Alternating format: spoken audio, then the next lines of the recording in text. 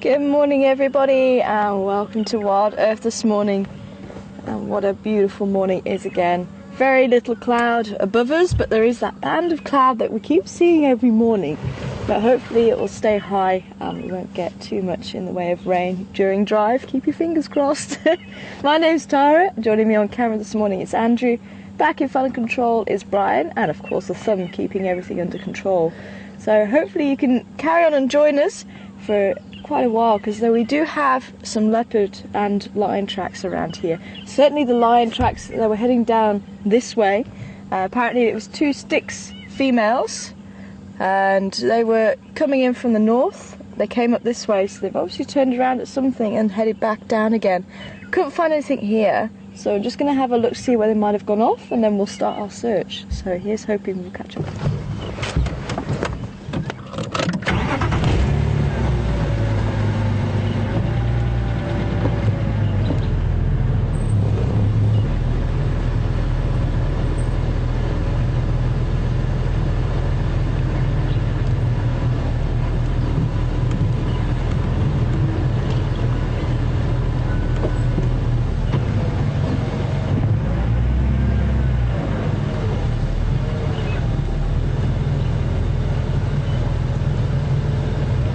Okay, so this last track here is angled that way, so I think they might have headed down towards the dam.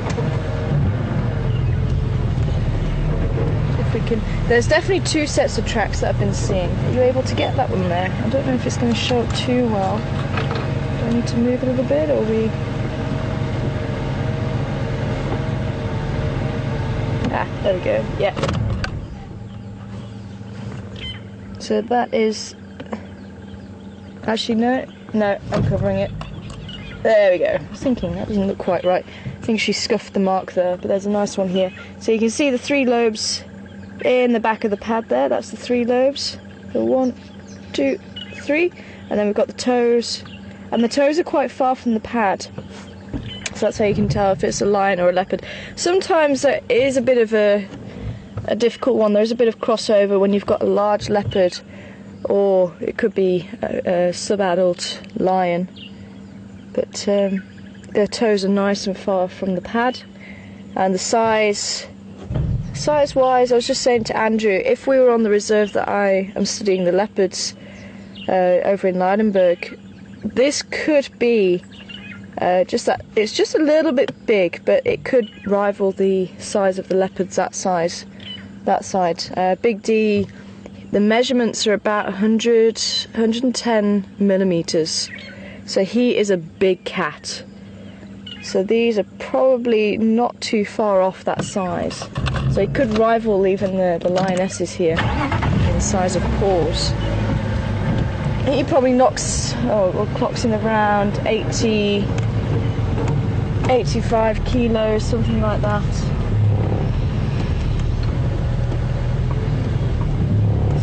Let's just cross over and just check out the other side. Actually, you know what, maybe let's go in around the other side of quarantine, just in case they've done something funny and they've taken that 2 track down there. But yeah, certainly that angle, there's nothing else down here track wise, so they've angled off through the bush there. But we had 1 set for quite a while, and then there was 2 sets just before that 1 track there. And if you would like to ask any questions during drive, then all you need to do is send them through to questions at WildEarthTV or #SafariLive.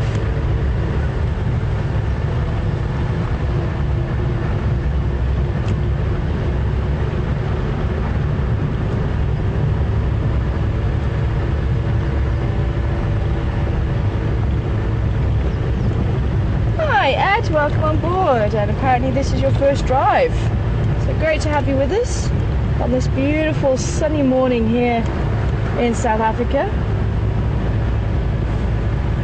Definitely bringing some sun to you guys who are in the freezing cold. I'm really grateful that I'm here in the sun. So we're sending a lot of African sun your way, everybody. Even now, it's what, 6 o'clock, just after 6, and Oh, the temperature is glorious. Okay, so we're going to take a drive up this side, but I just want to check they haven't popped out here. Bed would like to know why the animal's so tame. And it's because the Sabi Sands, we've got cat tracks there.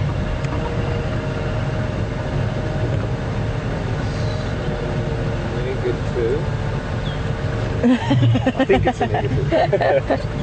Okay, let's have a look. And the Sabi Sands has been operating for about 50-60 years as a reserve where people can come to look at animals. So the animals have gotten used to hearing the vehicles, seeing the vehicles, so they've gotten used to all these sights, funny smells and the sounds.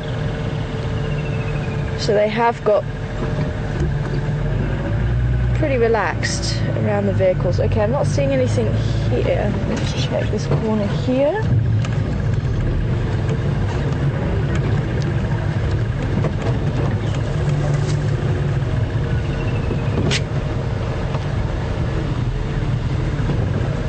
So it'd be wonderful to catch up with those females for you.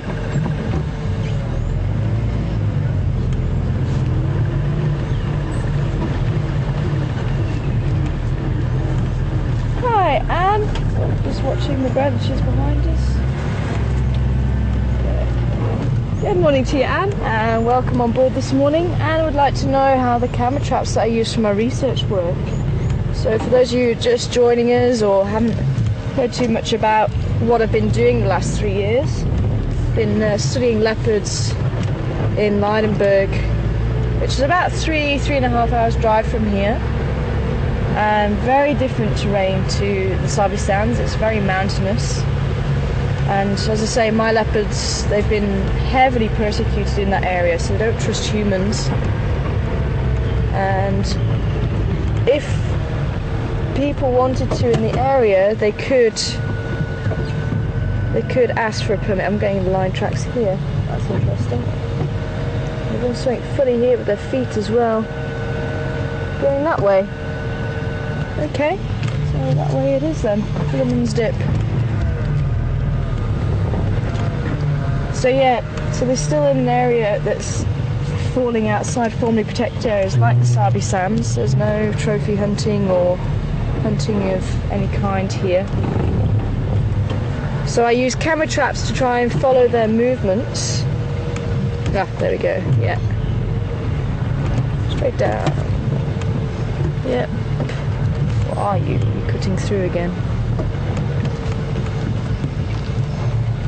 And the camera traps are passive infrared, so they detect heat and motion. The active infrared has a beam that goes across the trail, and the animal actually cuts that beam as they walk. So that's the difference. I'll actually try, I've got a camera trap with me back at camp. I'll bring it on board and show you guys. They're very small, and it's amazing the technology nowadays, and that's why camera traps have really started coming into their own in the last 10 years or so, and they've been used in many different studies, especially of the big cats. The tigers, Karanth and Nicholas actually use them to try and work out tiger density, because they used to look at the tiger spoor, or pug marks as they call them, that side. Yeah, we've still got the lion tracks heading down this way. We've got hyenas going that way. The lion tracks are over our tracks from last night. I was hoping we'd bump into the lions for you last night, to where I drove.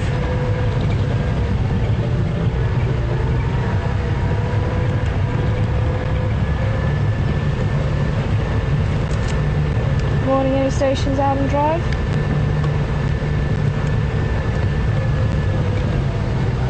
Morning, Ephraim. I've got those in Gala and Consols Fambring south towards Women's Dip again.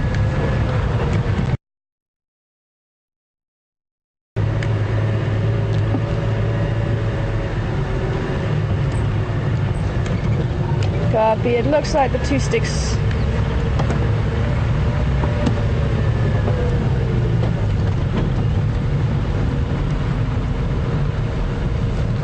hyenas going up that way again.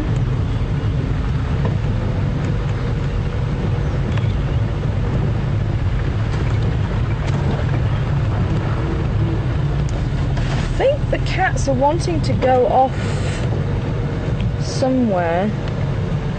They seem to be favouring this side of the road more than the opposite side.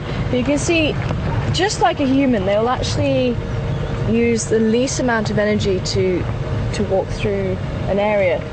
So if they're coming to a corner, they'll actually move over to walk on the inside of that corner, and they've done exactly that. You can see the tracks are on this side here.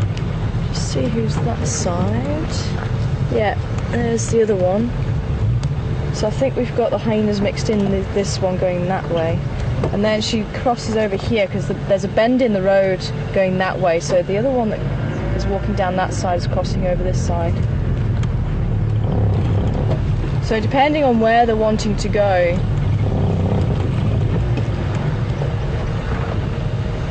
they'll change that direction. So we've got both sets on this side now. Just check for me who we've got that side, because the leopard was mixed in as well.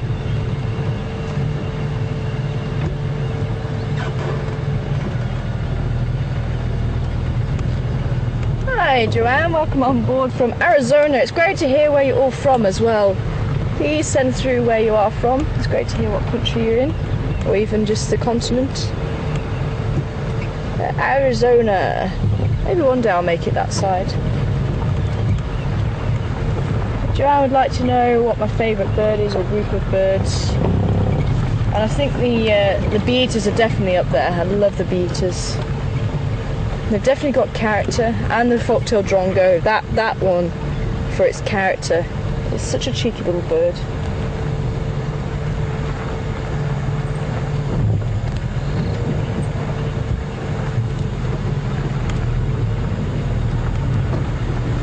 I'm drinking here, nope.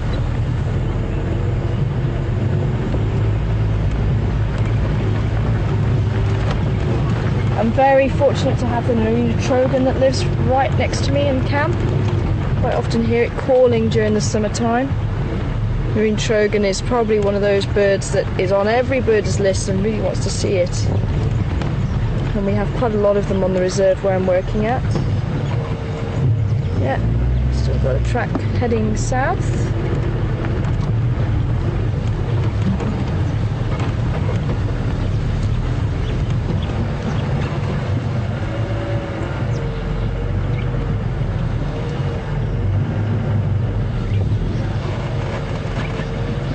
Anything else at the moment. So we're getting to quite thin substrate. Can you see anything outside? Is that something there? Anything? No. Maybe they cut up that way. Yeah, that's what I'm thinking. We'll check this road here. Now you see, we actually do look at the tracks on the road, and quite often animals do utilise the roads. They're just oversized game trails, that's all they are to them. So quite often they will use the road network as well to get from A to B. So that's why we look at the tracks on the road, and then they cut through the bush at some stage. So depending on where they cut through the bush, we'll try and work out. Oh, we've got the other set of tracks going this way. They might have gone that way. We'll try and predict where they might have cut through the bush and where they might pop out.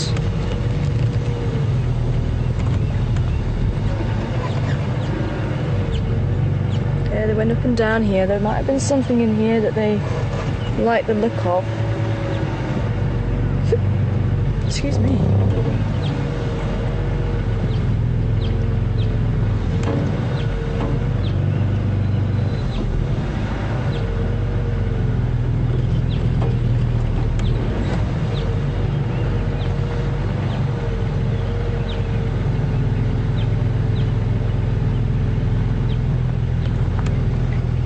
looks like the fresher set are going that way. So they might have just cut straight through.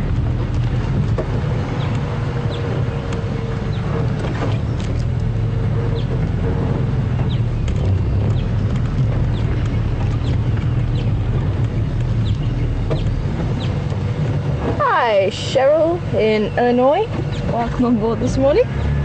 Cheryl would like to know, how can you tell how fresh the tracks are? There's a lot of things that you can use to your advantage, but you do have to take a lot into consideration. But if the rain has fallen, you can use that.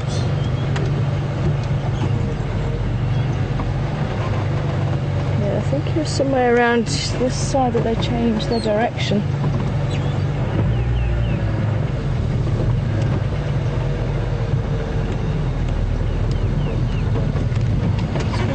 A bit further, but just wanting to make sure that we go off in the right direction, but I'm pretty sure we do have to go back that way and maybe around Chelapan, Twin Dams area.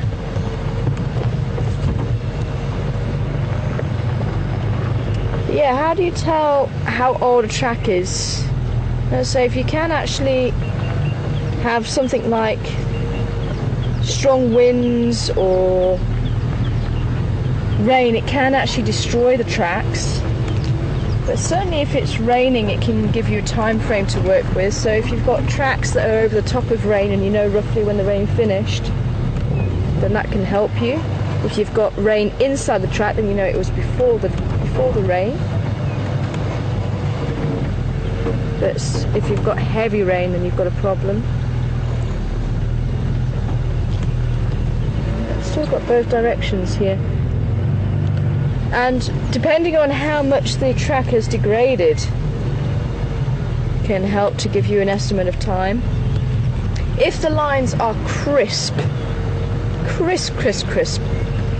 then you know it's fresh and you know you're right on the animal's tail. But it hasn't been very windy here, and I can feel there's still no wind this morning, so the tracks are going to last a lot longer. I would say those cats moved in the early hours, the very early hours of the morning, plus or minus, a couple of hours, but maybe around the 12 o'clock markish. Yeah, I'm not getting any more tracks here. So they walked this way and then went back on themselves. So I think, yeah, if we carry on down Weaver's Nest and come up Chelapan, Twin Dams, just see if we haven't cut through there. And when you've got something like this, where you've got the both directions, sometimes you can see the tracks over the top of each other, so one's going one way, one's going the other. So the tracks over the top of the other tracks is fresher. You can also see, if you know the activity of certain animals, if you've got, say, like a nocturnal animal over the track, then you know that it was made sometime during the night or before the night. If you've got a diurnal animal over the track, then you know it's got to be sometime before the morning. So other animal tracks can help. If you've got antline tracks through the animal track, you know it was made before the dawn of that day. But as the track starts degrading, you start getting this rounded look. So actually I can show you with the tyre track. So if I pull back here, can you see my tyre track where I've just been turning around? Can you see how crisp those lines are that are crossing the other tyre track, which is older? So you've got those lines are just so crisp compared to the tyre tracks that's actually crossing. And then as you go further up that trail, there is actually line tracks within there. So even just using when vehicles would have driven through here, with them being over the top, I was just saying to Ephraim that the line tracks are actually over the top of my tyre tracks from last night. So we know that those lines crossed over our tyre tracks What time did we hit the quarantine area? It was probably about 7:30, something like that. We were at that area, maybe 20 past, so sometime just after that to now. So we've got that time frame to work with. Those cats actually moved. There is a bit of degradation of the track. Is that the right word? Degradation, yeah. Yeah, that is the right word. Of the track. So that's why I'm thinking it's probably around the 12 o'clock mark. So where do you ladies go? Do you cross? There's very little substrate here. So they're not registering too well. But let's carry on down. We might actually see something here. If we don't, then we know they've cut through there somewhere. Oh, there we go. I've seen one. So they did carry on south.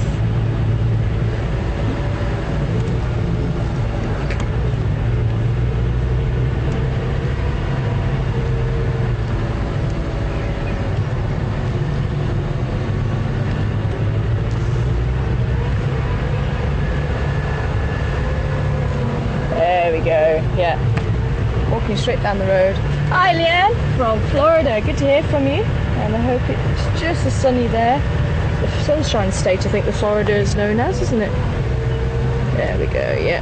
Heading straight down south. So something caught their attention, smell-wise. And Leanne wants to know how long it takes to recognise animal tracks. And it does take quite a while, but it depends on how your brain works. And I'm very much, my brain works on pictures. I'm a very visual learner. So for me, the tracks was pretty easy. It gets shown once and it's usually logged there. But there's little things that I'm obviously telling you guys as well to look for. You know, like the fact that the toes are further away from the back pad. And I had a really good teacher as well. Some of you might have remembered me talking about him last time. But Lee Guttridge, I was very, very fortunate to actually meet him. And somebody was saying they found the book that Louis Liebenberg and Lee Guttridge had actually written. And that is actually a really good book. Very nice tracking book, gives you some information about the animals as well. And it does use the Louis Liebenberg drawings that's in the book, this tracking book that I have. I think this one's discontinued actually. You can't get this one anymore, unfortunately, unless you get a second hand. But it is my tracking Bible. This one here. But there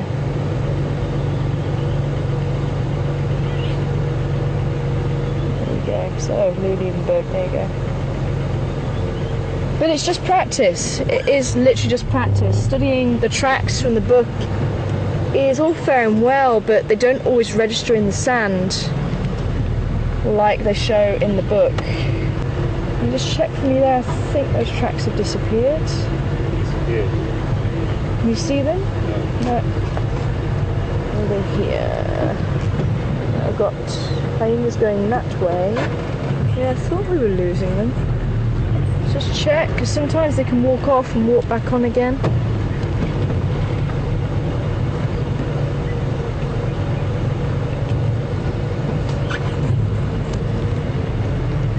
Yeah. But it does take years, and I know Lee became a senior tracker, I think while I was still working on the reserve that he was working at. And to do your senior tracker exam, you have to get 100% in your normal tracking exam. And I was almost there. I was on 100% for the first day, and then I pulled a couple of blonde moments on myself and forgot we had cheetah on the property, and it all went downhill from there. I think I dropped like 5 tracks somehow. It was a long day, I was tired, and unfortunately, as I say, I pulled a couple of blonde moments on myself, but that was like 7 years ago. I haven't done another tracking assessment since. So it'd be very cool to see where I am now, if I could get the 100%.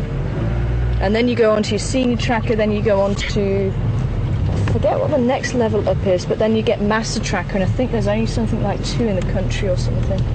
And believe me, I am a long way off being a Master Tracker.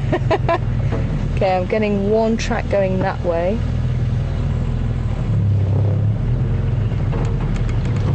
Oh, got another track going that way.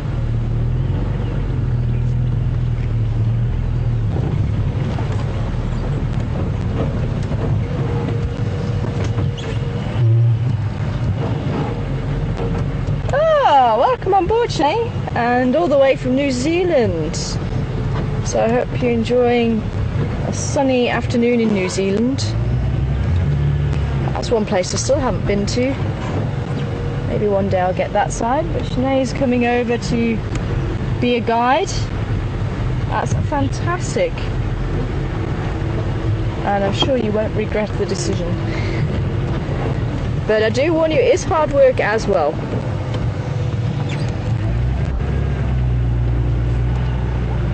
Ah, she's got the same book that I was just talking about.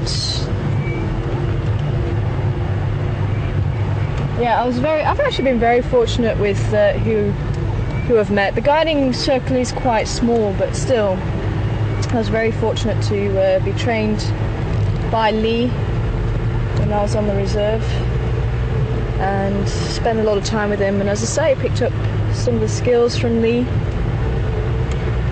Taught me a lot. I was just saying to Andrew, if I could remember a quarter of what that man has forgotten, I'll be very happy. You think I know about the bush? My word.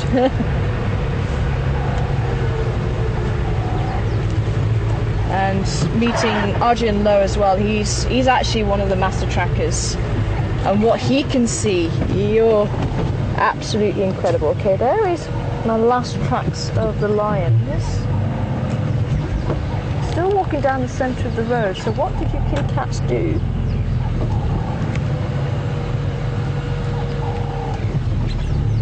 I might just have, unfortunately it is again difficult terrain, so some of this road we're just not getting anything, so I might just have to take a flyer and just pick a road again and hope that they've walked down there, because they're walking right down the centre of the road, so I'm not sure.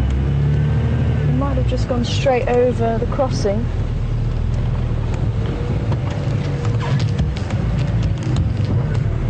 But yeah, Adrian Lowe on my tracking assessment. We're driving along and we're looking out for some tracks to follow, because you have to trail an animal for about 30 minutes to show that you can do trailing through the bush as well.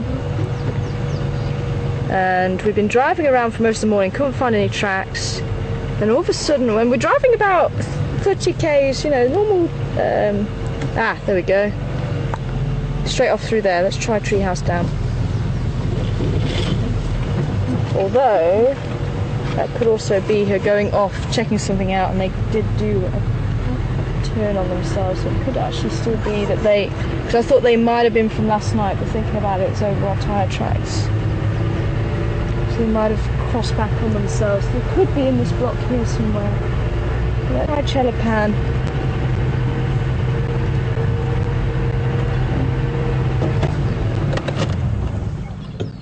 Just heard Franklin's in here.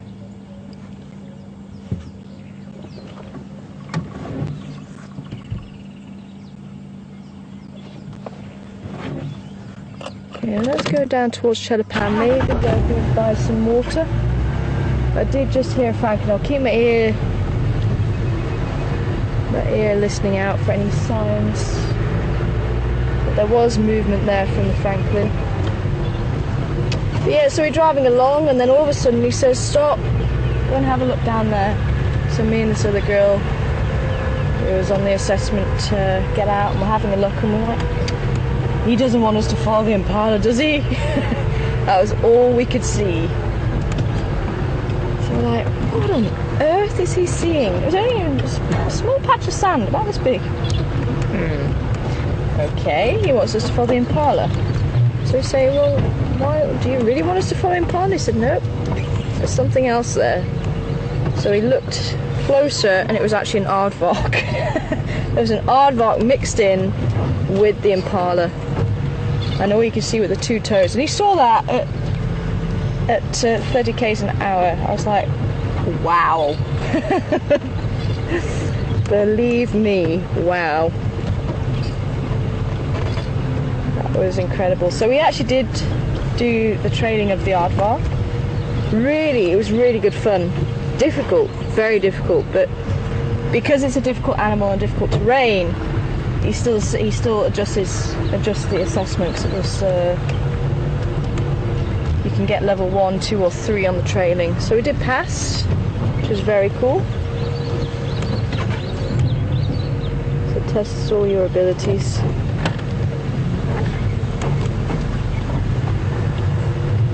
I say lots of fun and very satisfying when you do find the animal. But I think we've narrowed it down to here, but I just want to rule out them possibly turning around again.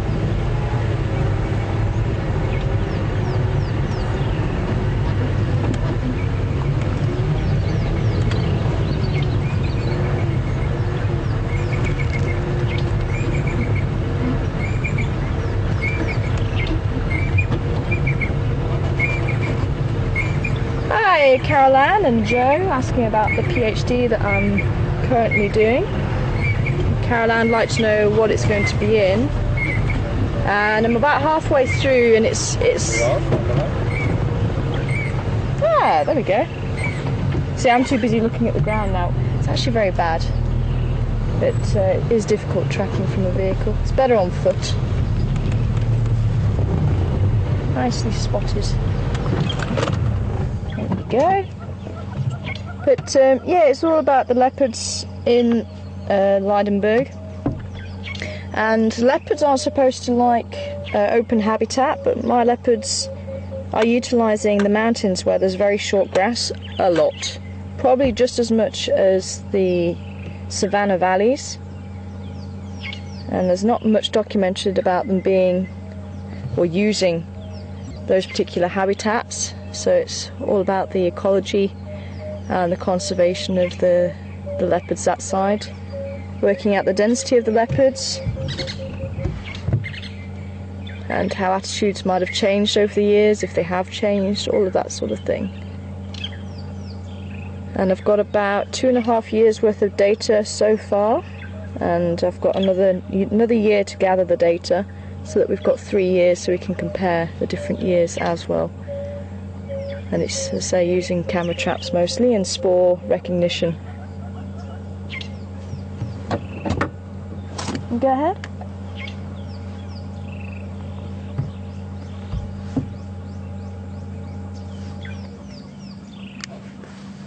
Okay, copy. Thanks, Ephraim.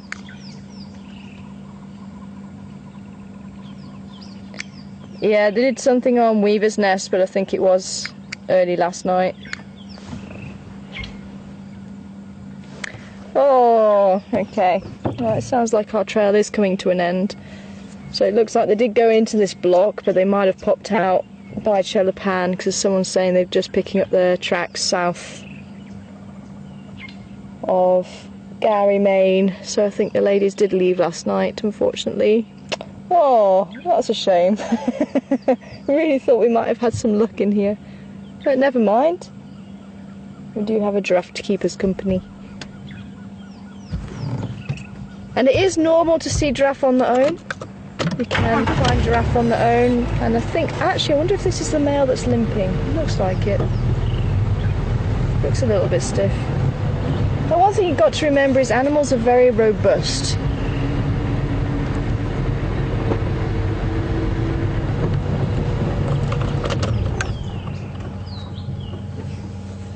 And Joe, I'm not sure what I'm going to do after I finish my PhD. Just trying to get through the PhD at this stage. That's the main focus. But certainly trying to help leopards in that area and in the country. And I would still like to have a role doing that. But yeah, it's an open book at this stage. And I'm always open to opportunities. I never close my book.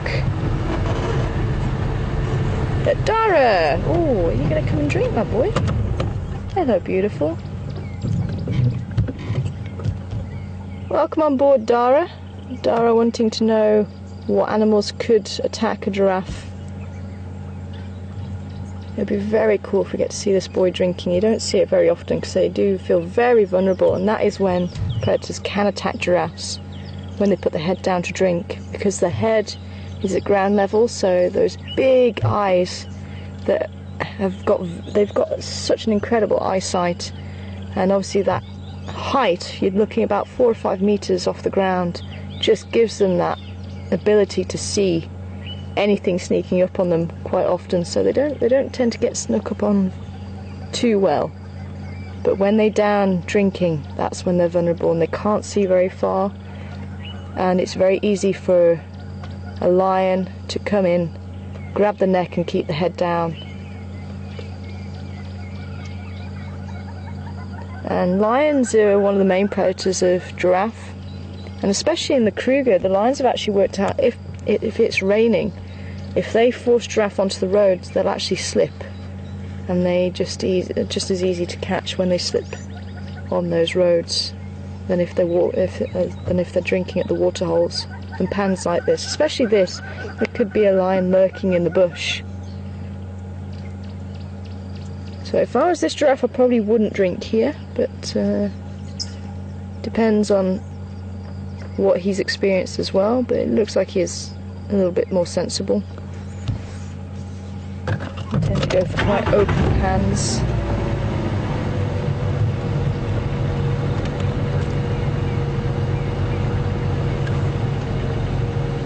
Wanting to cross the road, buddy. I'm just going to stay here. No, we can't see him, but I'm just trying to work out where he's wanting to go, because he might want to cross the road. There we go. Hello, beautiful. Now, as I said before, you don't need to panic about his limp.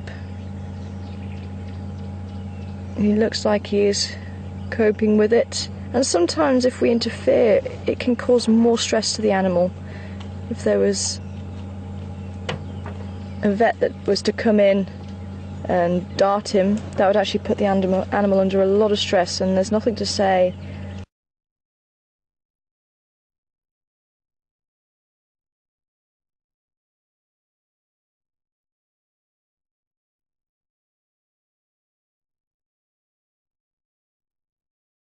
that stress wouldn't actually kill him, whereas maybe this limp is temporary and maybe he'll actually get over the limp.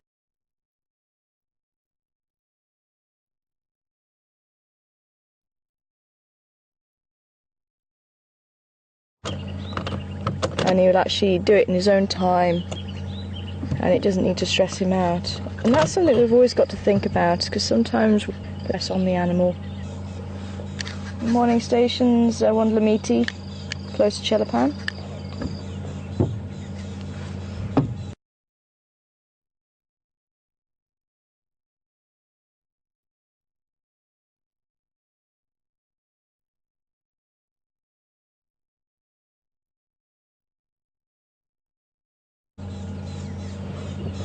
Wandlamiti.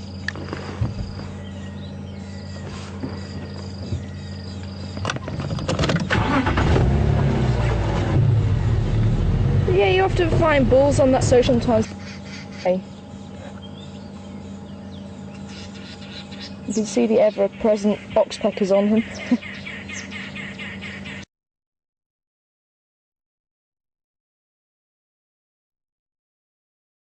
Combing through the fur, looking for any ticks, keeping him nice and good condition.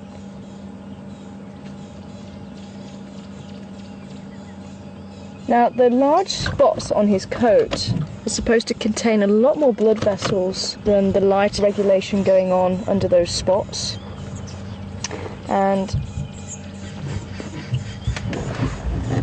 it is quite, I think they actually have used the thermal imaging to see, and they can see there is a lot of heat that's emitted from those large spots. Obviously in the mornings the heat will be absorbed, and especially in the wintertime I think that's going to be very useful for them, because the heat will be absorbed through the dark patches, and then during the day when it gets very hot it'll be emitted as well, and then the lighter areas will reflect the heat from the sun.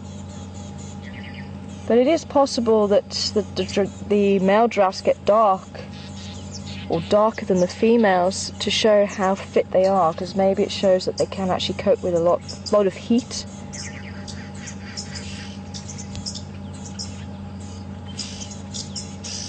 Because obviously the darker they are, the more heat they are going to be absorbing as well as emitting as well.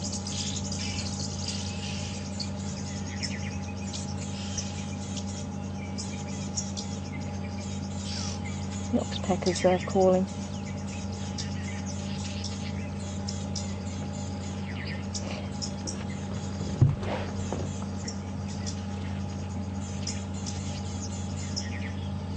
Can you hear the bush fax machine behind us again, the rattling cisticola?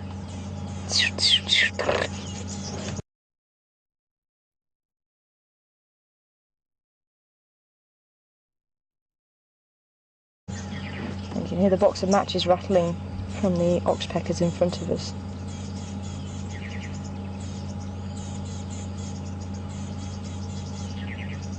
And just like the leopard, the coat pattern is unique to each giraffe.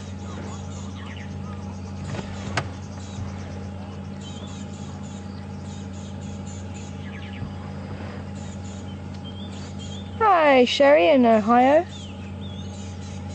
Sherry wanting to know what sort of thing would I be looking for after I finish my degree. Still with animals. Animals have been the love of my life ever since I was 5 years old. I can remember as far back as then saying I'd love to see a kangaroo. I was very fortunate to work with quite a number of kangaroos. It was actually the largest collection of kangaroos outside of Australia. So I was very fortunate to work with kangaroos and other species. And I absolutely love animal behaviour. I love observing animals. I'm just going to see if we can't get a nice view of his head. Maybe if he moves back again. I thought he was going to go into the bush, but he's actually just feeding on that tree.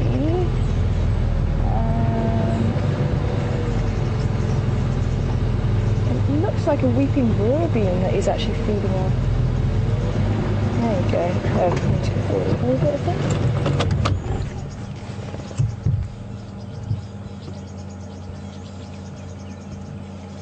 So yeah, just combining animals and animal behaviour, my two loves.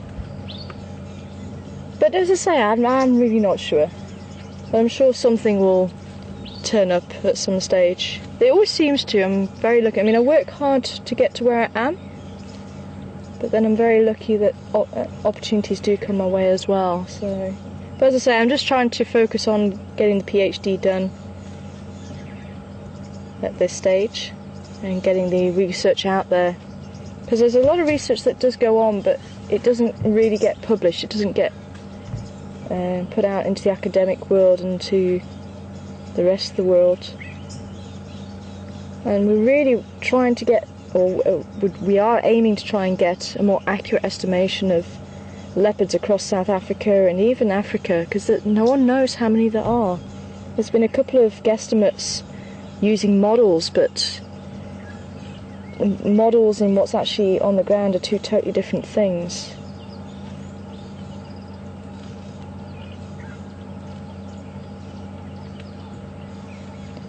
So that's what I'm busy with at the moment, is trying to work out the density of the leopards around our way, and then we could at least have an estimate in areas where we have an overlap of savanna and grassland, and the possibility of how many leopards we have in that type of habitat. Because we're literally on the cusp of the two huge biomes. And that's what makes the area very interesting. And so very different to this savanna. So we do still have savanna, but it's mountainous savanna. So we get some trees that we find here, like the weeping wildebeest. We do get that side, which is what he's feeding on by the looks of it. But we also get trees that were found in the Waterberg, where I used to work. We get proteas up in the mountains. So it's a very different savanna to here. This is the low feld as well, so low-lying altitudes, whereas I'm just on the edge of the high feld, and the altitudes there are about 1,100 metres above sea level, up to about 2,000 metres above sea level. Whereas here, if I remember rightly, it's somewhere in the 400 region, I think. Much lower.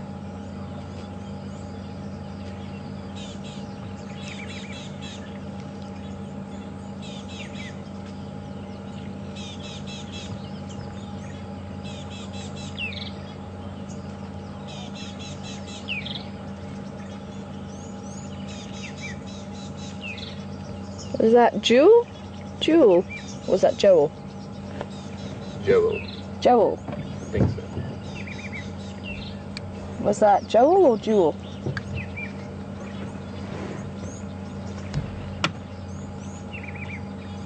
Sorry, say that again.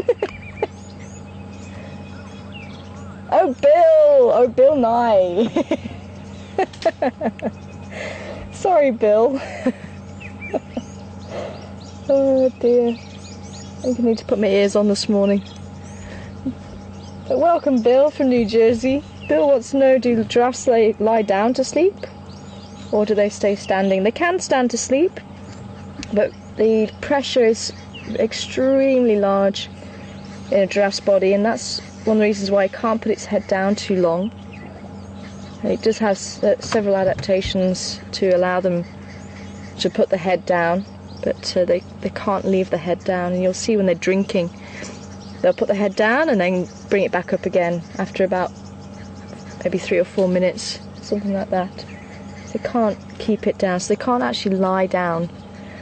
If they're going into a deep sleep, they'll only sleep for about 5-12 minutes at a time, 5 or 6 times a night, and that'll be a really deep sleep. And when they do go into a deep sleep, they can sit down with the heads up, or they can rest the head on their backs, but they won't put the head down flat.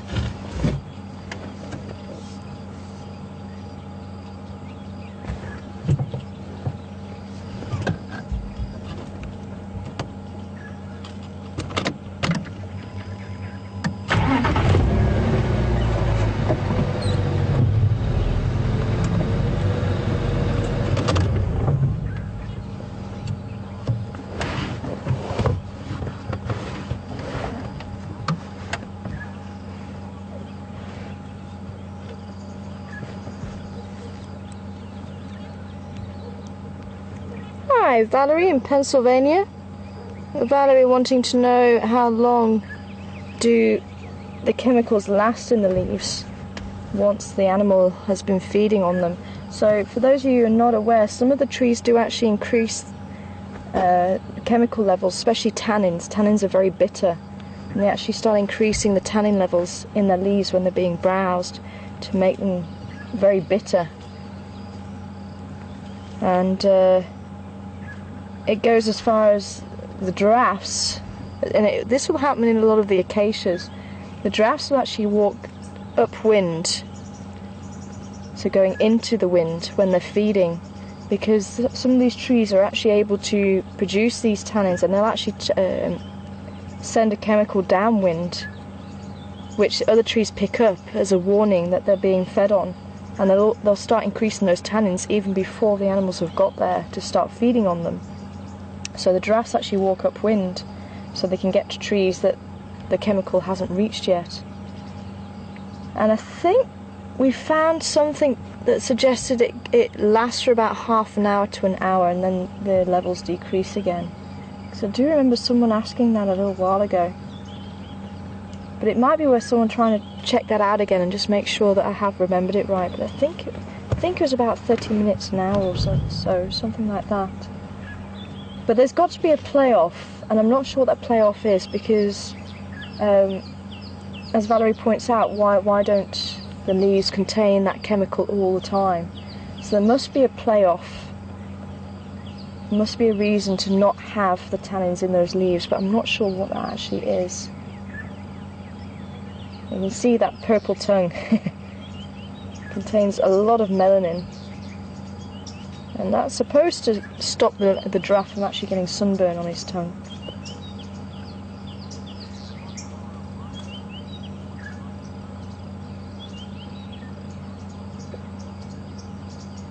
Hi Scott in Ohio, welcome on board to you this morning. Oxpeckers are off. And Scott from Ohio would like to know what the purpose is of the horns on top of the head. And the horns on most animals serve as protection and for fighting. So with the males, they do use the heads as a battering ram. So the horns might also add to the blow, and believe me, when two giraffes are fighting, they'll stand shoulder to shoulder and they'll swing the head down so they hit the opponent around the chest or the body area or the neck area. It's known as necking. And you can hear when those blows land, when they mean business. My word, it's such a deep thud. It is a wonder they don't knock themselves out. But that's why they do have the lumps all over the head as well. They're calcified lumps that grow as the males are fighting. So the calcium just gets laid down in layers, and that actually acts like a crash helmet. It acts as an extra layer between the brain and the skull, or on top of the skull, so it stops the brain from being bashed around too much. But with the females, I'm not sure, because the females will use the legs to protect the babies, and a giraffe can kill a lion with a single kick if it's aimed correctly, and they can kick front ways, back ways, sideways, obviously not all at the same time. But they do give quite a nasty kick.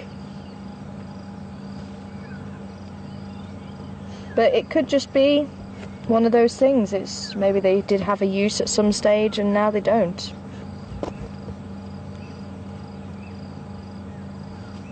But they are slightly different to the horns on the antelope, and that's why they get called ossicones rather than horns, because they are pretty much bone with the skin over the top, but they don't lose them like deers do.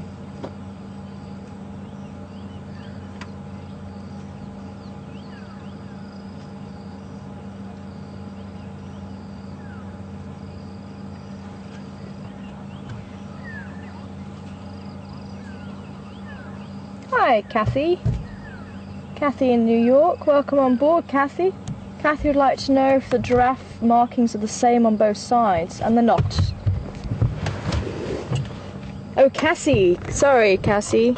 Or is it pronounced Casey? It could be pronounced Casey. But welcome on board.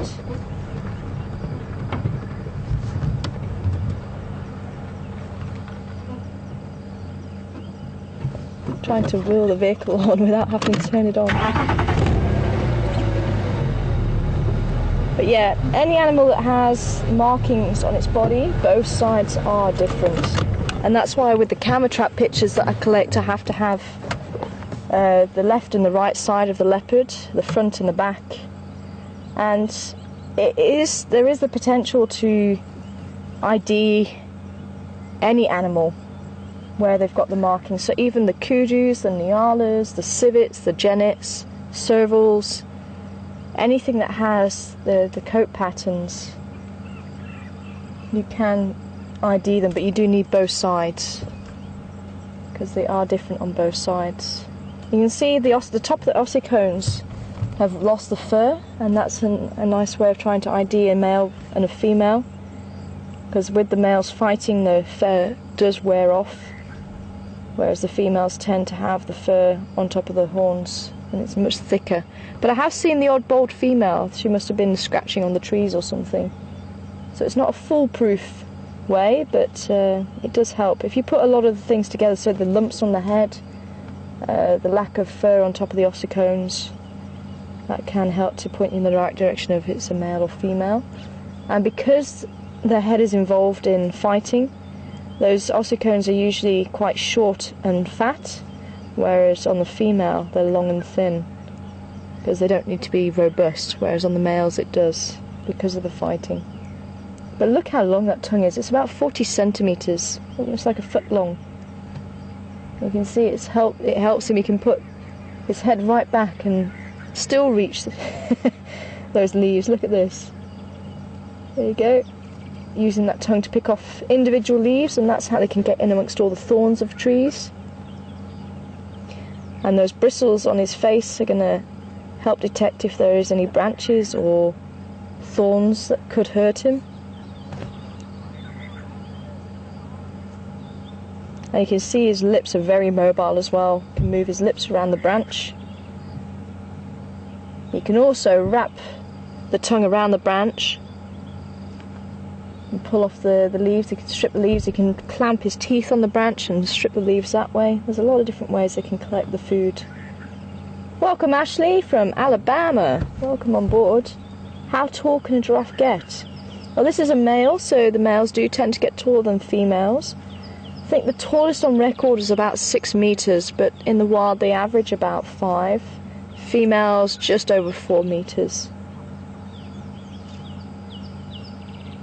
I say the neck itself, you're looking about 2 meters. So that's about the height of a door. That's the length of a giraffe's neck. Really quite amazing creatures. And apparently that tree is very tasty.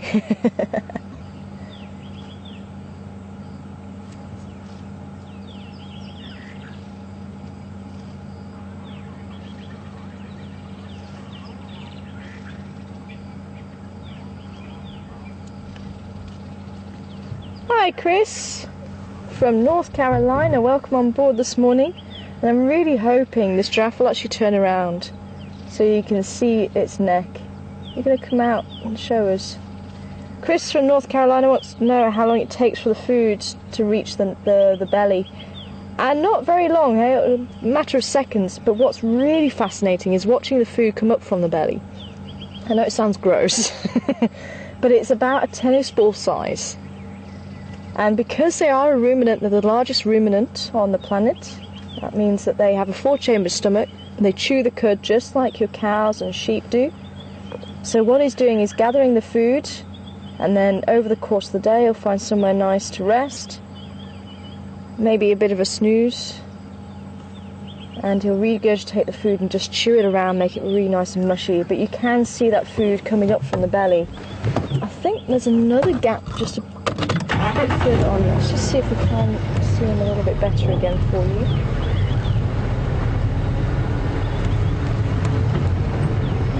A little bit more.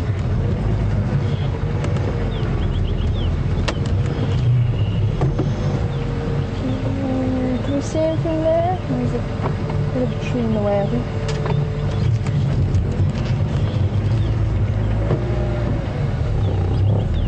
Okay, kind of seeing there. But yeah, I'm really hoping we have an opportunity to see that. Hi Anita, welcome on board this morning, wow, I'm jumping ahead of it. It's because it's getting so warm now, it's lovely. Welcome on board Anita. And Anita would like to know what the gestation period is of the giraffe. It's about 14 months, so just over a year. And what's really interesting, we actually saw on the reserve where I'm doing my research, we had a female give birth, and literally a year and a half later she gave birth again, which was absolutely incredible.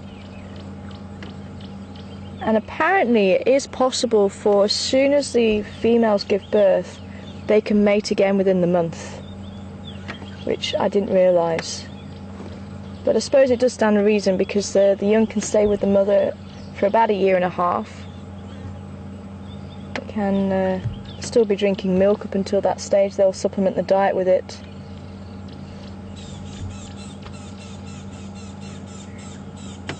But it's more likely they weaned just under the year, even if the young does stay with her up until a year and a half. So I suppose it does stand to reason that they could mate straight after, but yeah, it was quite a big shock to us all. And I have seen, after the other females gave birth, the males were around trying to mate with them again. So it does happen fairly often. Come on, mister, come and show us your neck. There we go. Just stay there and turn towards us. Huh, I thought it might work.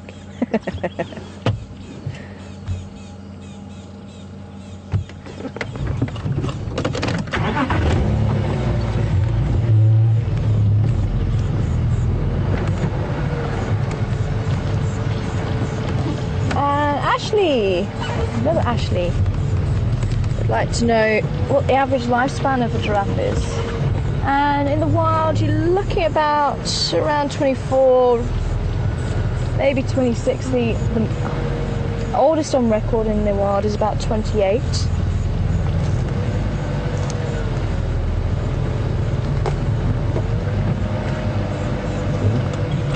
Get one last view of him before we move off, or before he moves off. Now you might be lucky. You tend to have to be looking head on to see that movement, but just watch the neck. You might just see him swallow or regurgitate the food. He has stopped gathering leaves for now. But as I say, it is like a tennis ball size, but it's... I don't know why I find it so fascinating. And how many animals do you know that can actually do that with the tongue?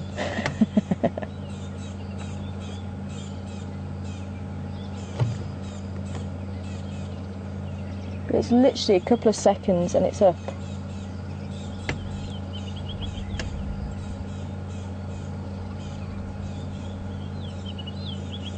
Listening to the rattling sister koalas behind us.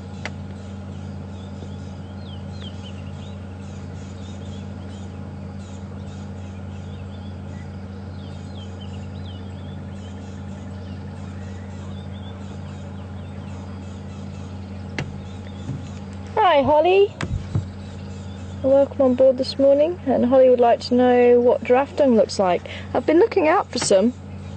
It looks very similar to the kudu, and as I say, for such a large animal they do produce very small dung because they're a ruminant and because they get as much goodness out of their food as they possibly can, because they do rechew it, they mix all the saliva in amongst it. They have the bacteria in their first stomach to start breaking down the cellulose in all the the plant matter that they eat, and it passes through the other three-chambered stomach, the three chambers of the stomach, and they have both the large and the small intestines to absorb the nutrients, which is very important. And they don't waste much water either. They're very good at retaining water. They actually don't need to drink too much water over the week. If there's very little water available, they can survive on 7 litres of water a week. Whereas something like a dairy cow needs about 60 litres a day. So that's probably around the same as a buffalo. It's really quite amazing how little they can survive on if need be. But they will drink every day if it's there and if it's available. That's just if it's not available. They can survive on that little, because they take a lot of the moisture, and they do retain a lot of the moisture that they do take in.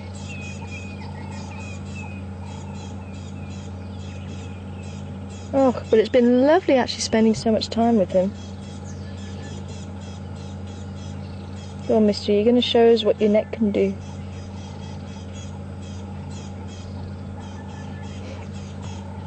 He says, no, I'm cleaning my nose, thank you.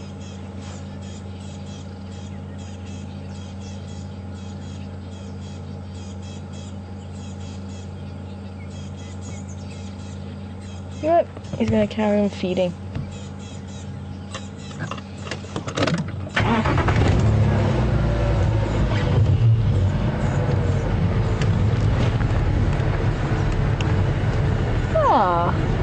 Definitely well spotted. Well, I'm thinking maybe we should have wander down towards Treehouse Dam then. Seems as our lions obviously popped out somewhere down this side and went south. Very rude of them.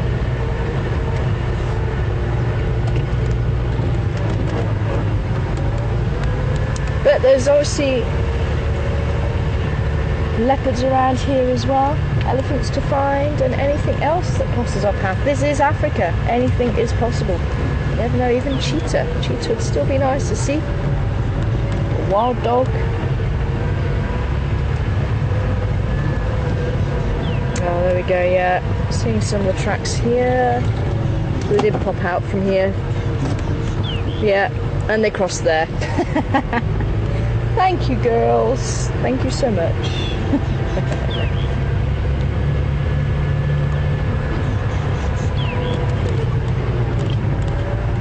Let's have a quick look around Chelapan.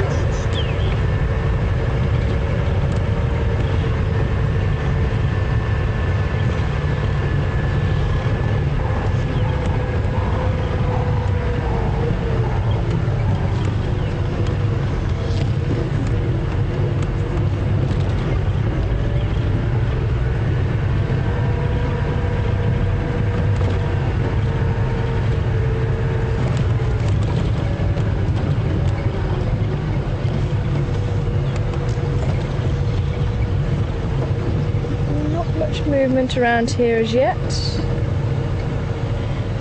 I always like to check underneath this gardenia just because there has been leopard there in the past. But if there's been leopard there in the past, it could mean that it's one of their favourite spots. But other than that... Oh yeah, we were talking about the foam nest frogs. Look how high up the nest can actually get above the water. So that is probably a good, what, 1, 2, 3, what would you say, about 3.5, 4 meters high off the ground. That's pretty high up. He was bobbing around in the tree there. See, there was a bird that just came into view. I think it was a grey loon. He's still there?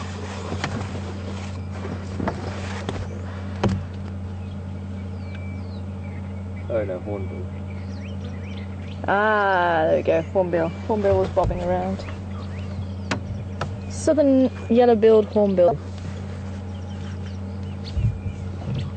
So that's actually...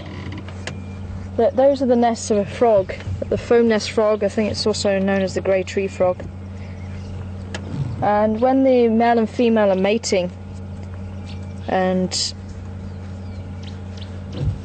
they're producing the eggs, they actually start making a froth, a foam with the back legs. They'll start kicking the back legs. Oh, I think that was a brown-headed kingfish that was there then. So they'll kick the back legs and they'll just froth up this foam around the eggs in the tree. And it can be that they'll do this every, like 3 or 4 times.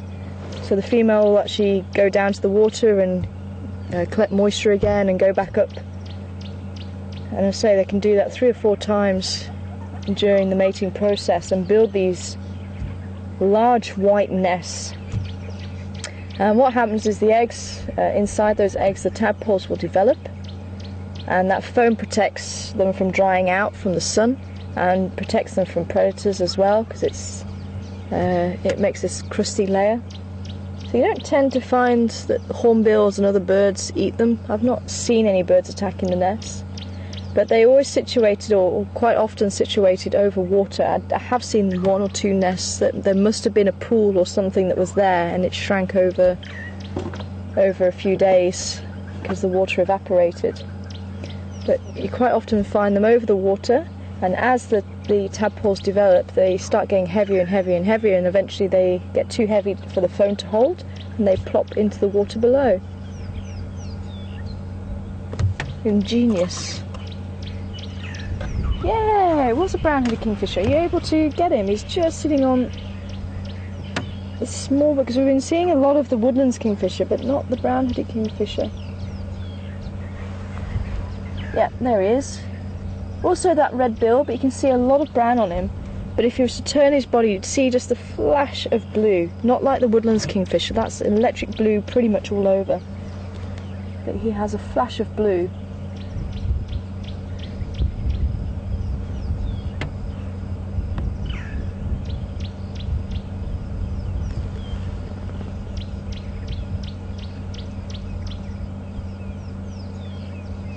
And again, you don't tend to find this kingfisher around dams very often. They tend to eat lizards and small mammals, that sort of thing, whatever they can get their beak around. Again, they don't tend to fish. They're one of the species of kingfisher here in South Africa that don't tend to fish. So what is likely to be doing is taking a bath. Very cool. Alrighty, well let's head down towards Treehouse Dam. See if there's anything around there. Any more tracks to pick up? Because I'm also hoping, because we did lose Djuma.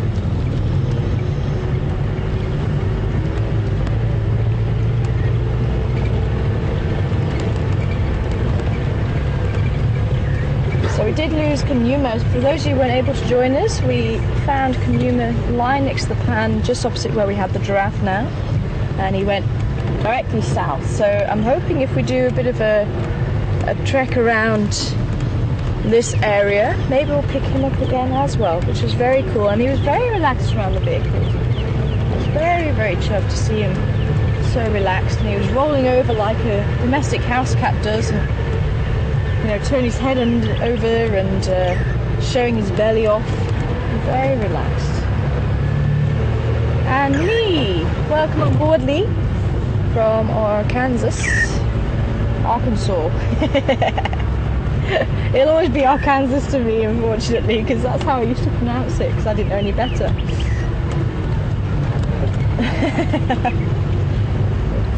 But yes, from Arkansas, welcome, Lee. And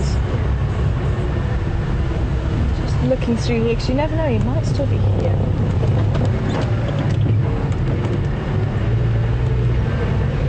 And Lee wanting to know how long it took me to memorize all the coat patterns of the animals. And again, it's just repetition. With the giraffe, we recognize him because of his limb. So I couldn't honestly say, if you put a picture of him in front of me, I wouldn't be able to say that's that giraffe. But with the leopards especially, because obviously we've been able to follow the leopards very closely here in the sands. So much so we actually roughly know who the father is of the cubs, which is usually unknown. You know the female because you see the female with the cubs, but you don't tend to see males interacting. But because the leopards are very relaxed here, they allow the vehicles to follow them very closely, and you can actually get to see mating leopards, mating lions, so you can roughly determine who the father is. But you're obviously not with them 24/7, and there is always that possibility that another male might come in and challenge the suitor, possibly a male that goes under the wire and he's not been detected. There is that possibility.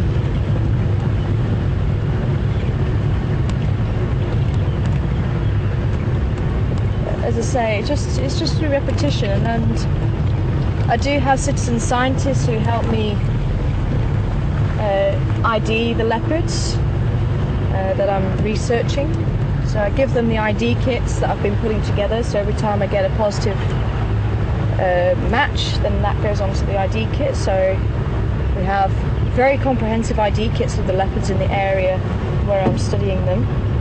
And we match up any pictures that come through from the camera traps and match them up, and we go through the process. Okay, take 2 or 3 areas, try and match them up from the pictures, and you have to be careful of the angles because sometimes the spots can change slightly depending on the angle, so that's why you take 2 or 3 areas. You match them up, and if you think, okay, they do match, then that's that animal. If they don't match, then it's not that animal, and you can move on to your next one. And I find it quite a lot of fun, and it's very satisfying when you've actually ID'd, especially some of the more difficult ones when you find them.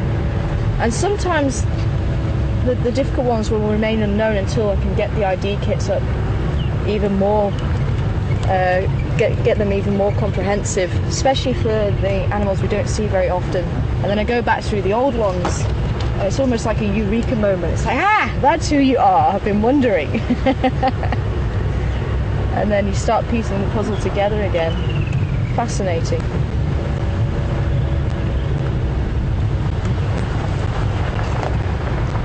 Oh, it's going to be a day for flies again, I think.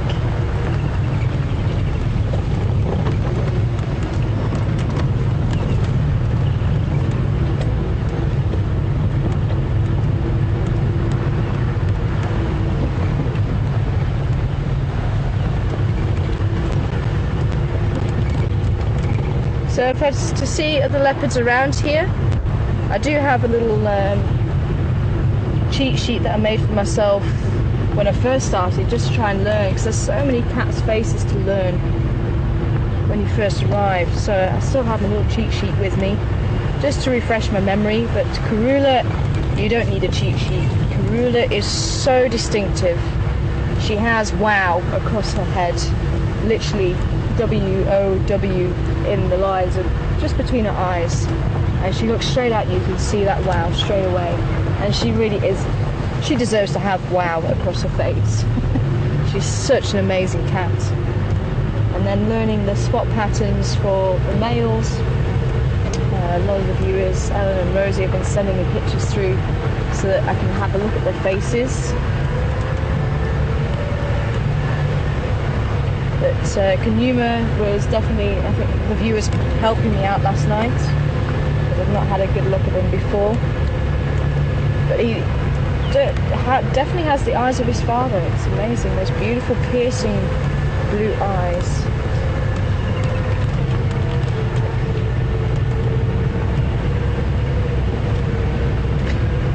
So for those of you who might have missed why we've slowed down our tracking. Ah, I did see you. Just through there. Male kudu in the bushes. Can you see him nicely, or do I need to move?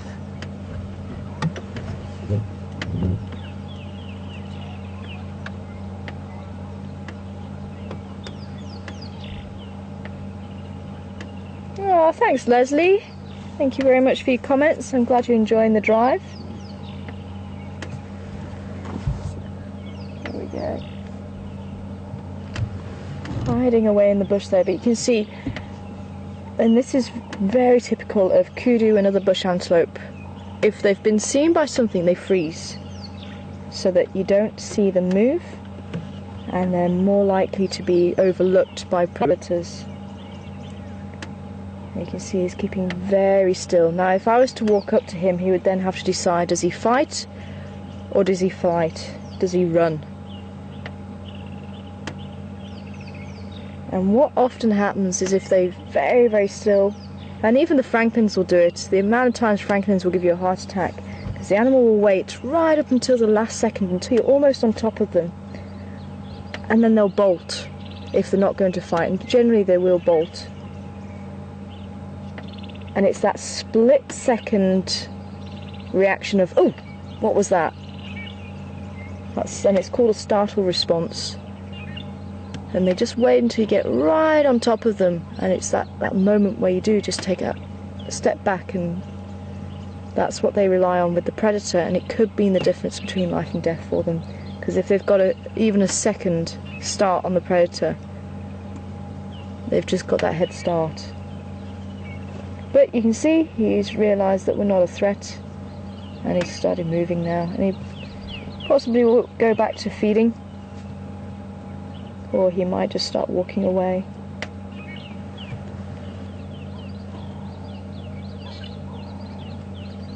Again, no one's really too sure why they have the white band across the eyes, but you can see where it could possibly come in. It does break up where those eyes are. There's one eye either side of the branch, but it could just help to disguise where the eyes are when you're looking at them through the bushes.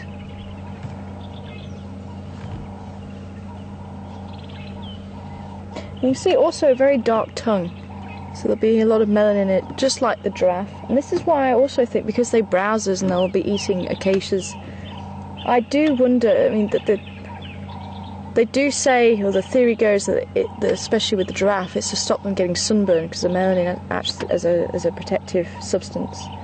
But I do wonder if the melanin also helps to strengthen the tongue, because it does help to strengthen bird feathers and things like that. And if they are eating acacias, there's a lot of thorns there, and they're bound to take in one or two thorns by accident, and maybe, you know, pierce the tongue with one or two of the thorns.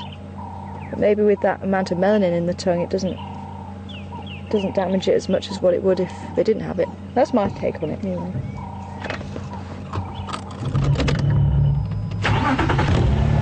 There he goes. We might see him again. So we head down towards Treehouse Dam. We haven't been here for a few days.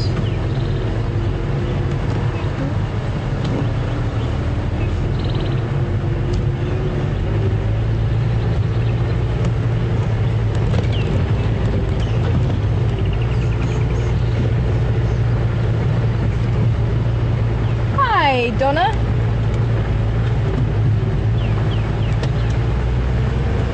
From San Diego. Welcome on board from San Diego, Donna.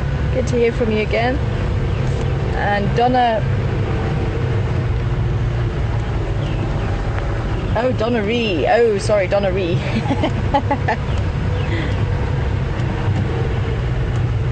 But Donna Ree wanting to know about warthogs. She loves warthogs, but she doesn't get to see them very often. Brian's also a big fan of warthogs. But we don't see them very often. It is a shame because they're quite an interesting little animal. But she wants to know, where do they live? Where do they hang out? And a warthog in Afrikaans is a vlakvark, a plains pig.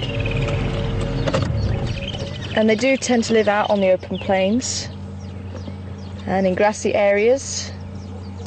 They do eat a lot of the grass and the roots and things like that.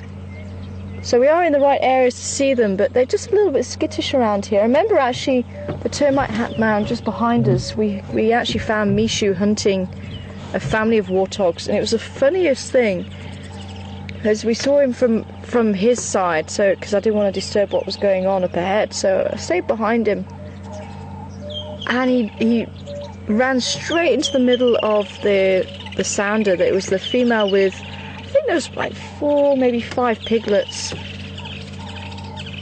and he just went straight in, and he managed to catch a piglet, and the whole family, as he drove straight into it, just dispersed. But Mum realised that one of the piglets was caught, and she turned around and actually charged straight towards him, and he must have jumped about 2 meters high and he landed on his feet. And he didn't have the piglet in his mouth, he dropped the piglet, he was quite startled. And he kind of just looked around as if to say, what on earth just happened there? So the piglet managed to get away, but it was the funniest thing. And it just goes to show, you do not want to get on the wrong side of a mama pig. She will protect those young. So you might just be hearing the weavers just in front of us. We've got the woodlands kingfisher as well calling to the right. You might have just been seeing it flying across your screen. But other than that, Treehouse Dam is very quiet. We're just having a look in the drainage line here, just in case our cat is out and about there. There we go, just say hello to the weavers. Maybe some of you haven't seen the weaver's nest before. Oh, it looks like there's a chick here.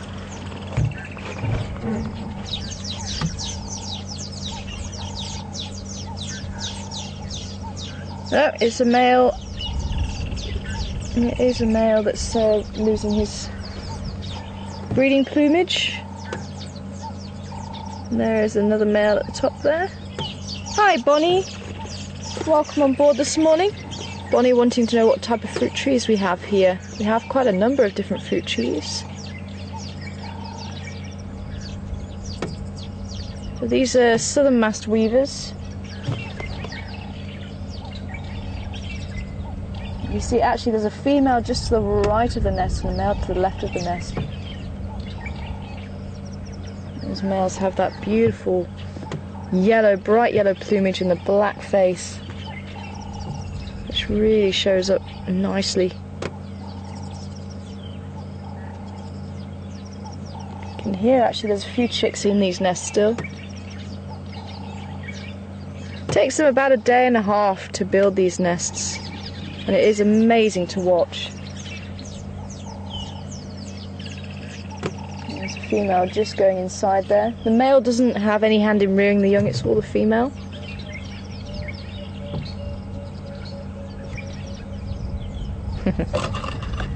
Very cool. So we do have the marula trees, which we've been seeing a lot of lately. The maroolers are, well, they have been fruiting. I think they're coming to the end of the fruits, and I think a lot of them are starting to ferment. And it is a common misconception that elephants get drunk on marula fruits. They have to eat quite a lot of them to be able to get drunk on marula fruits. It isn't, you don't tend to hear of elephants really getting drunk. I think there was actually a film, I forget what it's called now. But let's try this little pan down here. And maybe we'll try around the western side.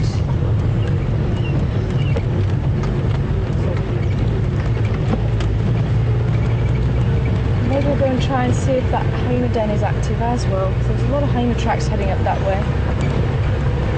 But yeah, what they actually found, or what they actually did, very unethical, but in those days, I suppose there wasn't really much thought about the ethics, but they actually injected the fruits with pure alcohol, and then they filmed the animals eating them. They filmed the baboons getting drunk, or the elephants getting drunk.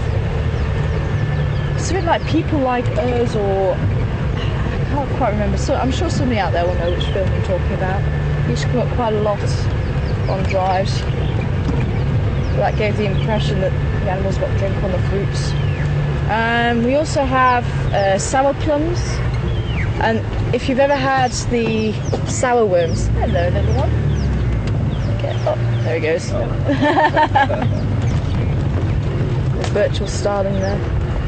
But yeah, if you've ever had the sour worm sweets, that's what they do taste like. And there's a beautiful, very tasty almond nut in the centre of the sour plum. So if you can actually get past the sour part and you can get to the nut, oh, it's so nice.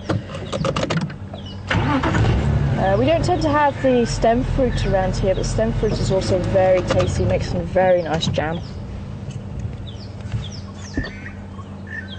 The raisin bushes, you can eat the raisins. Again, very small fruits.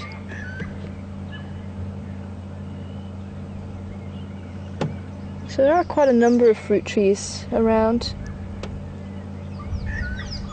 If any more pops into my head, I'll let you know.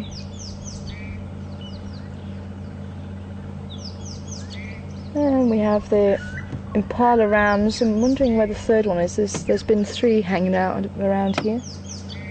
Could be that he decided to stay on the other side. There's one lying down there. Oh, there's the one lying down. Ah, there he is. There's that young one. But it wasn't the one that I had in my head, because there's been 3 with the big horns, thinking about it.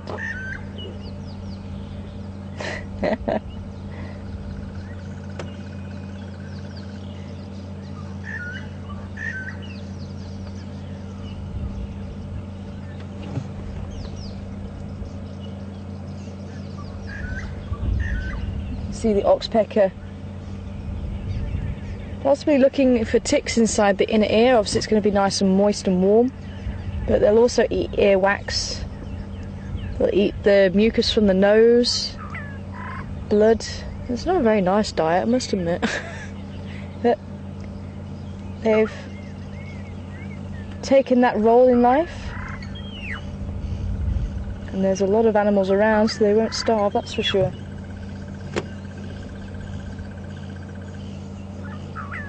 You can see they do get quite irritating.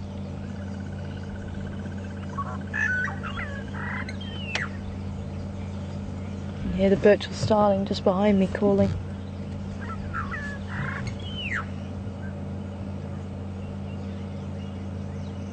And again, while it's cool, you do tend to find the animals feeding on the leaves or grazing. And then during the heat of the day, you'll find them ruminating, chewing the cud. So the impala are ruminants as well. And if you notice the shape of the giraffe's head, it was like a wedge shape, and the same with the impala as well, quite narrow faces. So if you're not sure what they eat, you can look at the face shape, because they'll tend to be wedge shaped to try and get in amongst all the thorns or bushes or branches, and they'll pick off the leaves. So if they have a wide face, it's not going to help them too much. They'll be stuck on the branches or the thorns. So with the grazers, you tend to find they have wide faces and they have wide mouths, so that they can actually gather as much grass as possible.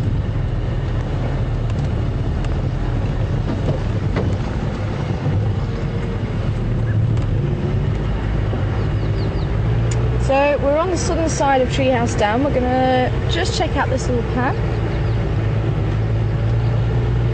Ah, beautiful people, that was it. Thank you, that was the film. Beautiful people. You hear the helmeted shrike somewhere off into the bush here. Beautiful people.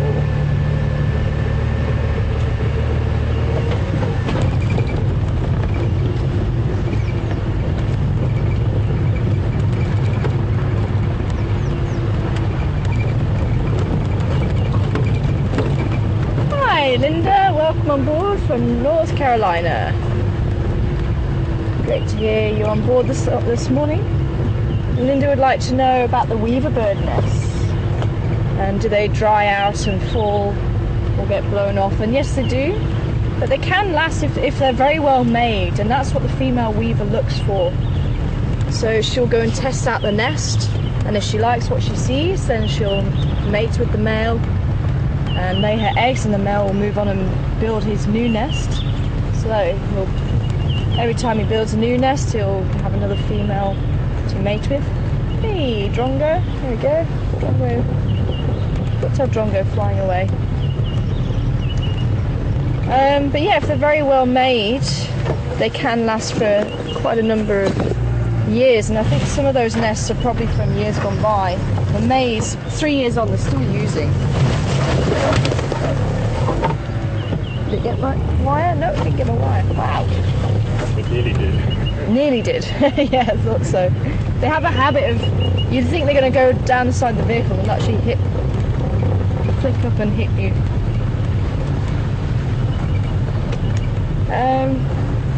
But yeah, they'll actually use different, there's some buffalo making their way down to the dam, I'm sure. But they'll use fresh grass, or depending on the species, different species will use different materials, but they'll use fresh grass to weave their nest. And it takes probably 2 or 3 days for that grass to dry out, and then it looks yellow, just as we saw there. And as I say, if the nest isn't secure on the tree, even with not too strong a wind, it'll blow away. And I have found nests on occasion where it's had the chicks inside, and unfortunately the chicks died because the nest fell to the ground during the night and it was too cold. So that's why it's important, that's why the female will check the nests out as much as possible. And if she doesn't like it, depending on the species, either the male will destroy it or she will destroy it, and he starts again.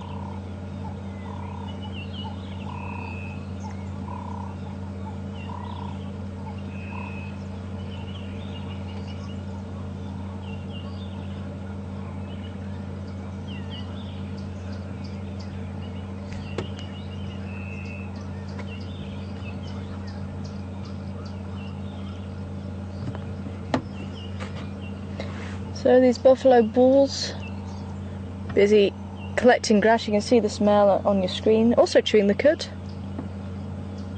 I'm sure as the sun rises higher, they are going to make their way down to the dam.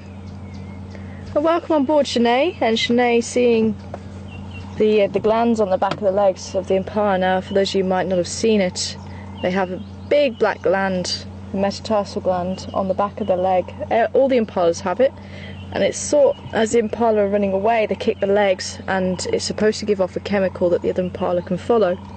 And Shanae would like to know if other animals can smell that. And I don't know, I don't think they've ever tested it, Shanae. I've not heard of any research about it, but maybe there is something out there, but I haven't heard anything. They might be able to detect the chemical, Because remember, animals have got a good sense of smell, better than ours. So it is possible. But it's supposed to be, they're supposed to give off this gland, so that the chemical from this gland, so that other members of the herd can actually follow them. So they can all stay together.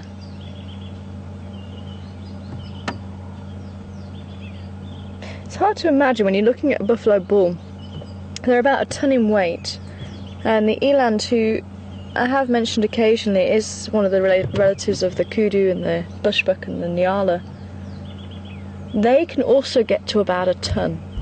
Unfortunately, we're not likely to see the eland here. They're more of a more arid environment.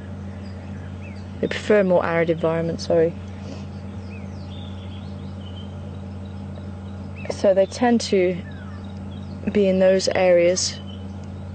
But there are some eland in the Greater Kruger. They tend to be north of Kruger, in the mountain areas. And I think the Lubombo Mountains as well, you do tend to find them that side.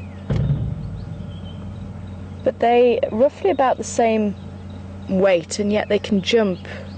From a standing start, they can jump 2 meters high. And some of the smaller, the younger eland can be even 3 meters high, which is quite amazing. Yeah, I still can't fathom that, I must admit. But there it is, they can jump high when they need to, and yet you can't imagine the buffalo even lifting 1 or 2 feet off the ground. They don't tend to do any jumping. It's just amazing, that weight, and obviously the way the antelope is structured, it is designed for jumping and running, whereas the buffalo, yeah, he's got those horns, he doesn't really need to worry too much about life. Maybe the odd lion here and there, but very little else.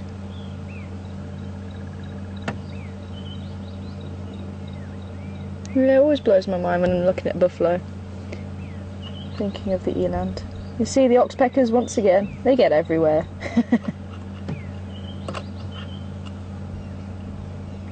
But you could even find a warthog in here. The warthogs do utilise the old abandoned holes that would have been made by aardvark in the ground or in the termite mounds.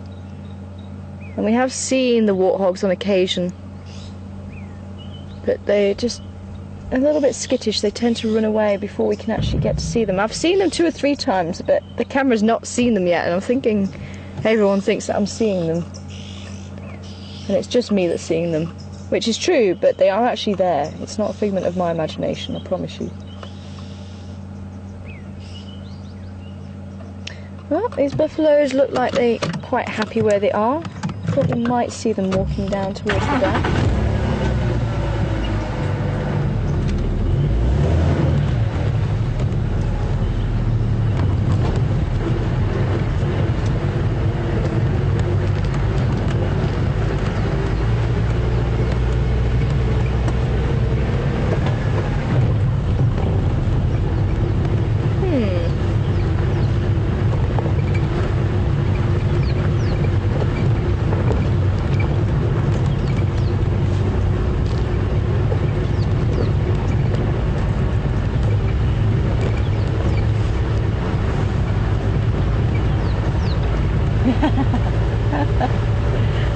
A few people asking.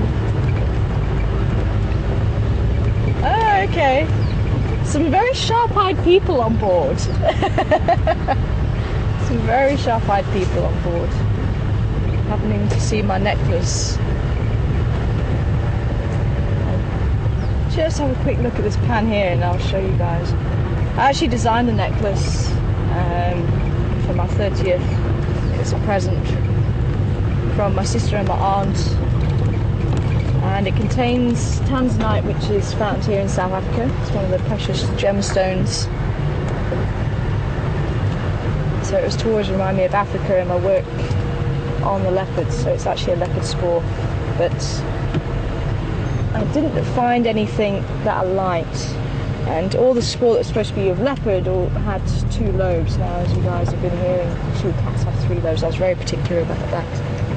So there's actually a guide back on the reserve when I'm doing my studying of the leopards, and his father actually owns a jewellery store, so they actually had one of their jewellers design or use my design and make necklace for me. There's no one here.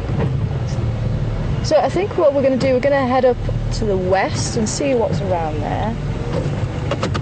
If I turn around, you guys can have a quick look. But yeah, so it's got the tanzanite in one of the toes there. And it was, as I say, just to remind me of my time here in Africa. So it's a one-off. There you go. Very sharp-eyed people on board. Yeah, I think that.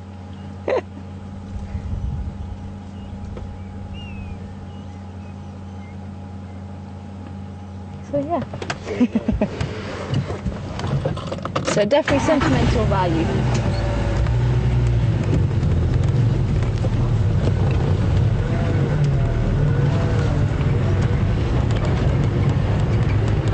Okay, so Shabam Road, here we come.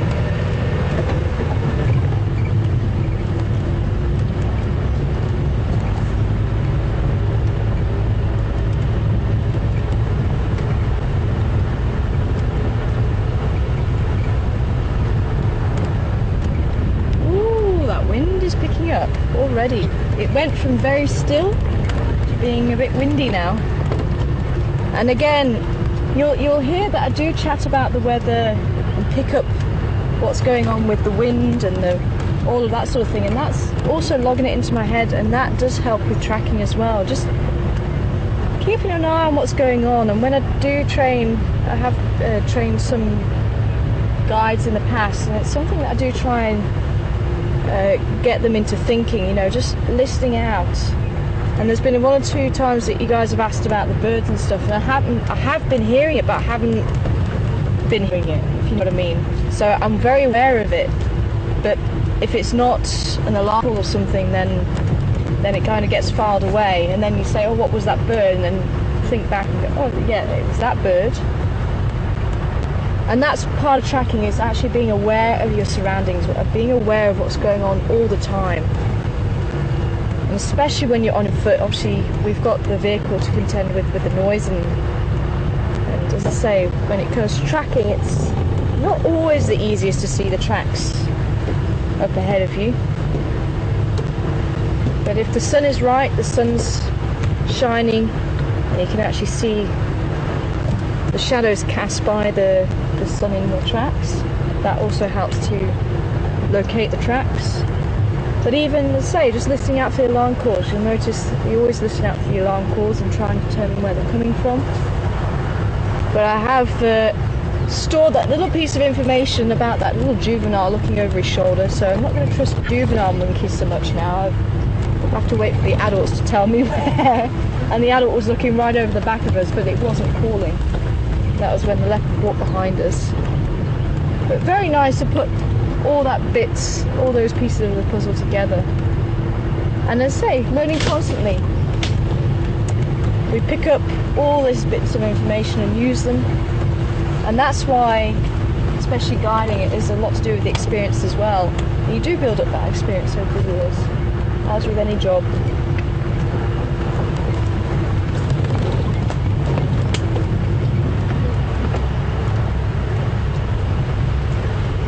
So what the weather's doing, so now that I know that the wind's been blowing any tracks that we find, then I know the tracks are likely to have degraded a lot quicker than if there is no wind.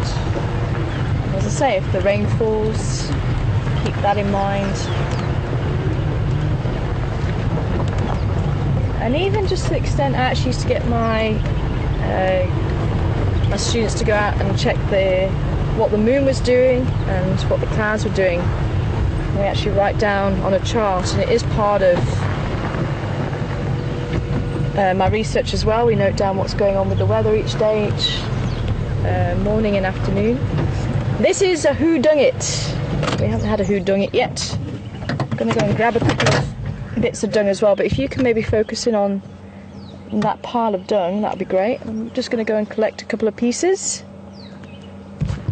so you guys can get a size reference as well, but certainly with it being in a pile like that, it will help.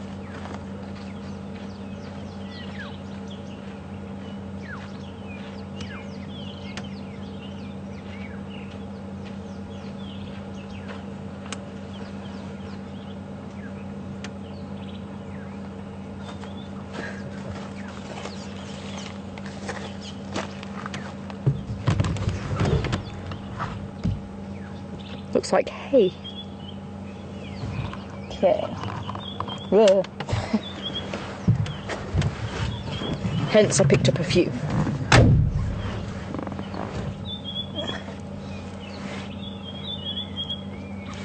Alrighty. So this is what's in the pile there. There's a reason why I showed you the pile. That will actually help to hopefully give away who it might be. Because remember, some animals will actually use a toilet or a midden, which is what this is. So who done it? Questions at WildEarthTV, #SafariLive. And if I put my hand there, you can see very small pellets. And I've broken one or two open for you so you can actually see the material inside. Very small.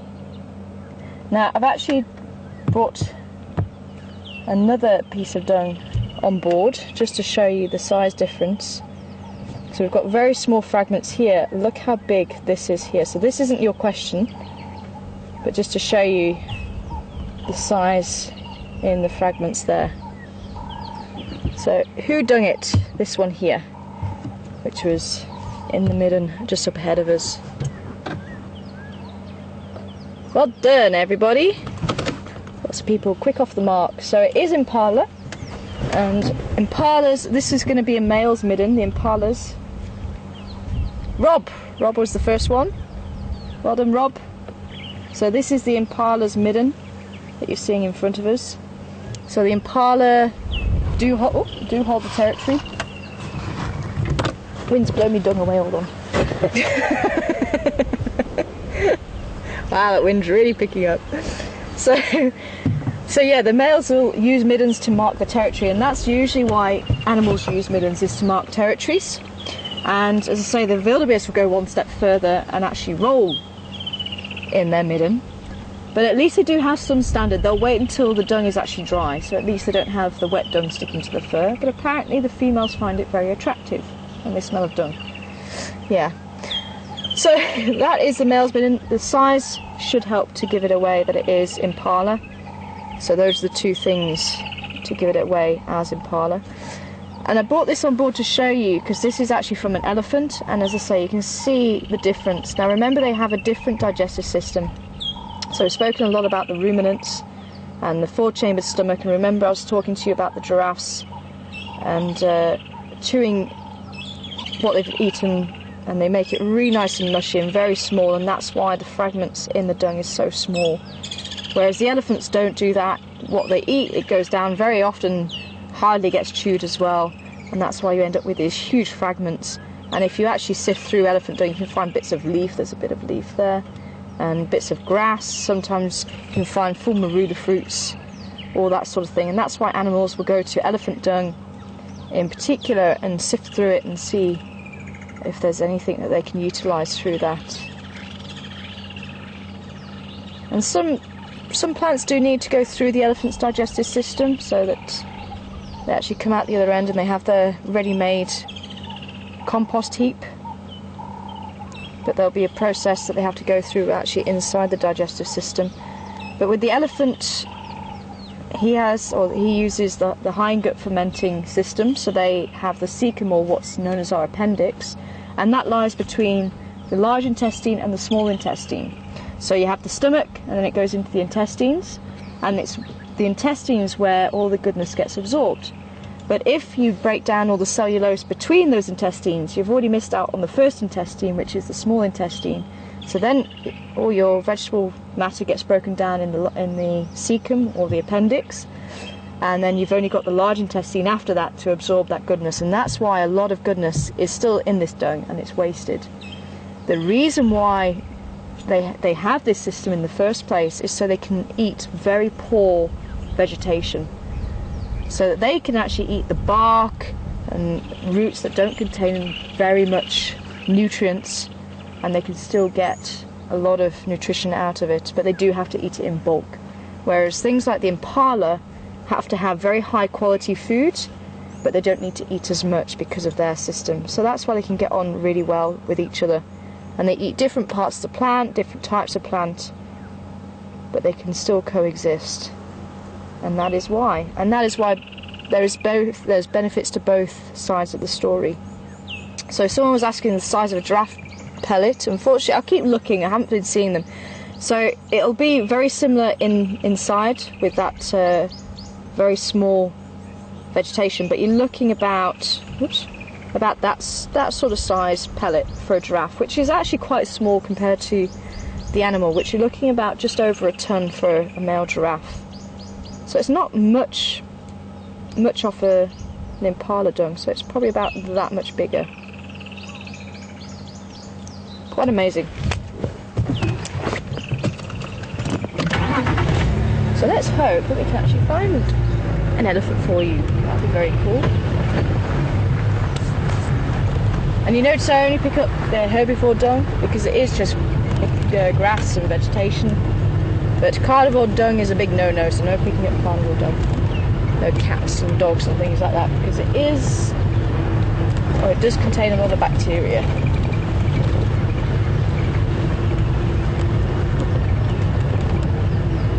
And there is the likely owner of that midden. So what are you doing in my midden? Already holding on to a territory. This could be that third impala. I thought it might have been with those boys, but he might have split off already, gearing up for the rut around March, April, May time.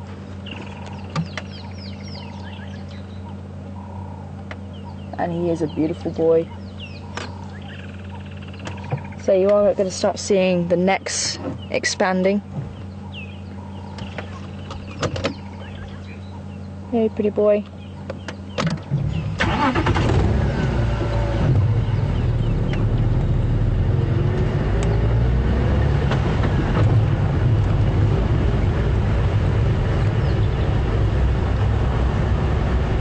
Hi Tina, welcome on board from Houston. Tina would like to know who or what would utilise impala pellets. Humans do. They use it as a game, the box throw competition,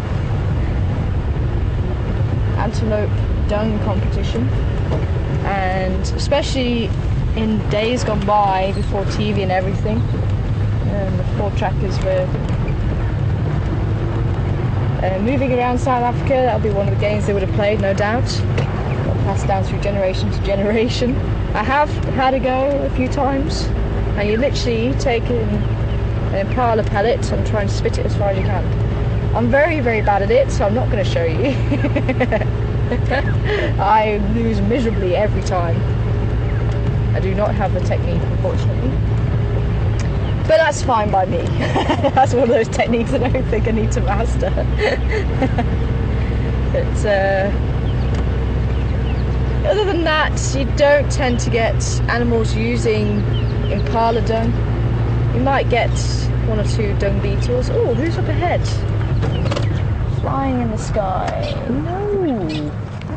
On bank, thank you. Should pop out from behind the tree. Looked like he was going to. Or did he go the other way? That's just rude.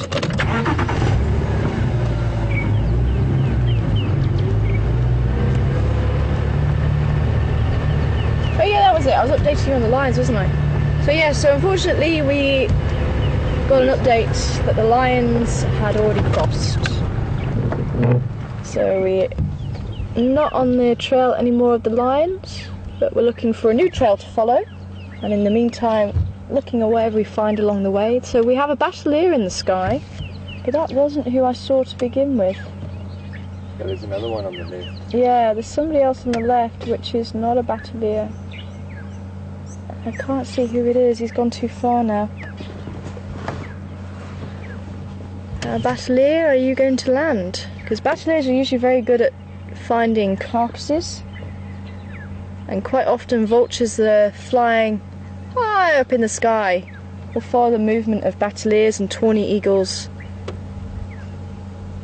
who are very good at detecting carcasses also. Tawny eagles. So they'll follow that behaviour. Battalier is flying low, but he's not landed. Well, we're going to try Zoe's Road. See if we can find anything there. And then maybe we'll head to the east again around Buckle's Dam in the hope of seeing the ruler again. That would be fantastic. So we'll do Zoe's and then maybe cut through over Gary Dam Wall. See what's happening there. Take Central. That might be the plan. We're just trying to cover whatever roads that we can, because it sounds like it's just us again today. So trying to cover the ground, see if we can all go going north. But it might be worth maybe even rather than going over the dam wall, going around the back where we had the quarantine mail, just having a look around that area.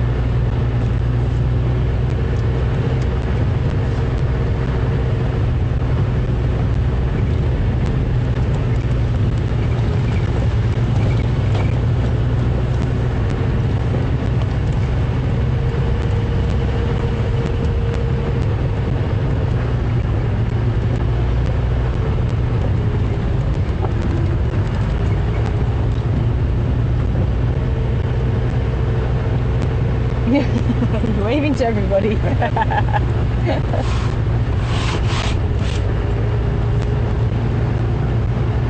So we're heading along Finneman's Cut line towards Zoe's. See if we can find another trail to follow. See if we can catch up with maybe some Ellies.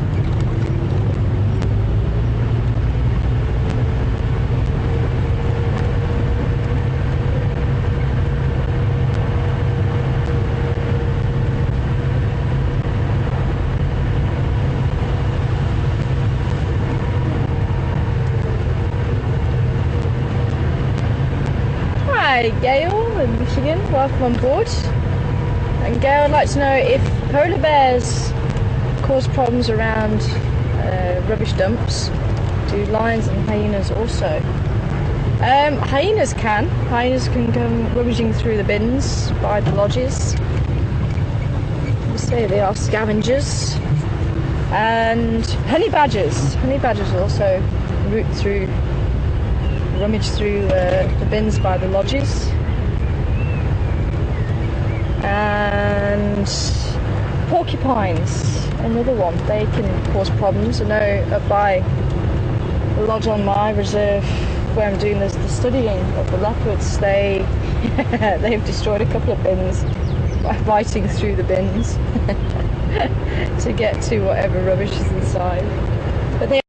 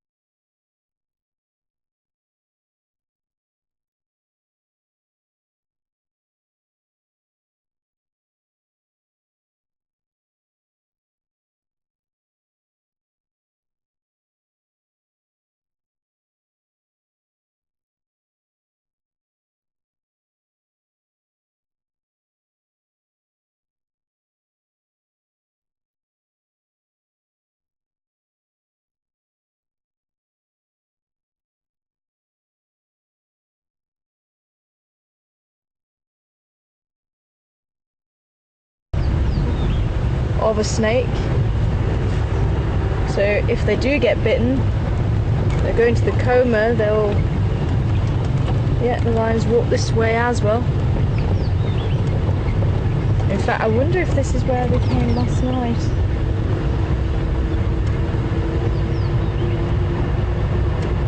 So, yeah, they'll go into a coma and then they'll come around and they'll carry on eating the snake.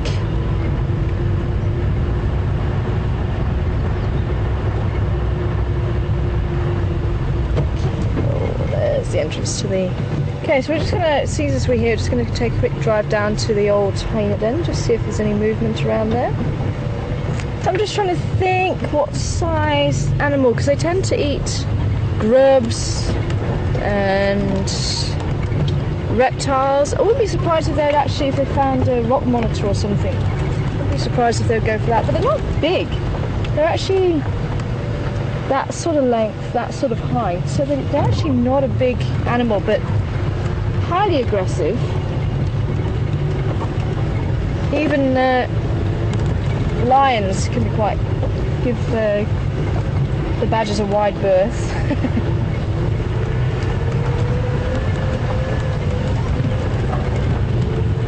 I'd probably say maybe a monitor lizard. Maybe someone can find out if there is anything bigger than a monitor lizard that they would go for. Excellent diggers. Let's say they'll go for grubs and things like that.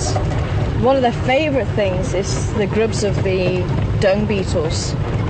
And the dung beetles, sometimes you'll actually find where they've dug them up. And you get the big balls that dung beetles have produced. And you've got the inside of that dung ball carved out where the grub has actually been eating. As the egg gets laid inside the dung ball and it gets buried. And then the dung beetle grub has something to eat once it hatches out.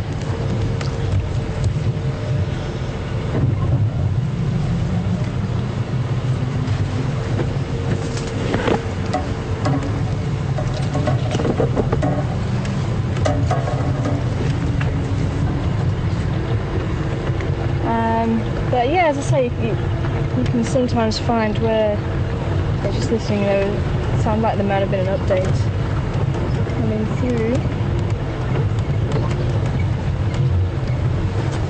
You find all these brood balls and they've been cracked open, and you know honey badger has been there to feed on them.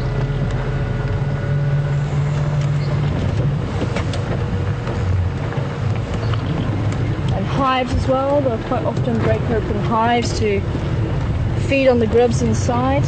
And you do get the honey badger, the honey guide, sorry, directing the honey badger to the hives. The honey guide will sit there and give this rattling call. It'll just sit there in the open, and then the honey badger will start to follow where the honey guide takes him. And he'll take him to the hive, and then the honey guide can also get to the grubs. And I think he also probably will eat the honey as well, but it'll be the grubs that he's going after when he does break open the hive. Okay, unfortunately it looks like there's not really much action around here. There's one of the holes, but you can see all of this grass covering the entrance. It looks like a chloris, possibly Philotop chloris, the grass.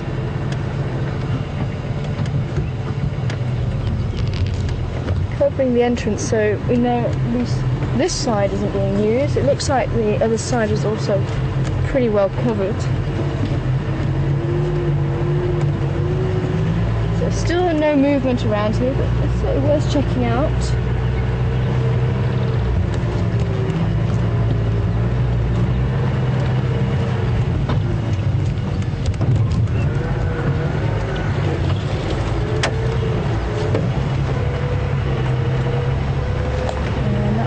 Hole through there.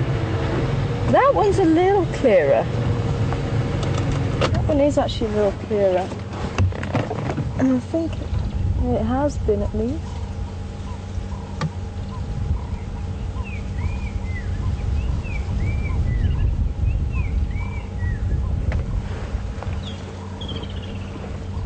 And the black-crowned chegger you can hear calling off in the distance. So there's some kudu on the other side.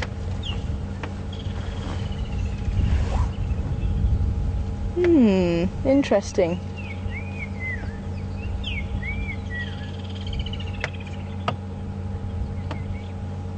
Can't remember the last time. Was it you that was with me last time? Don't think so. No. Might have been Brian. Just trying to remember if that was actually just as clear as this, but this, I'm sure this is looking clearer than what it was.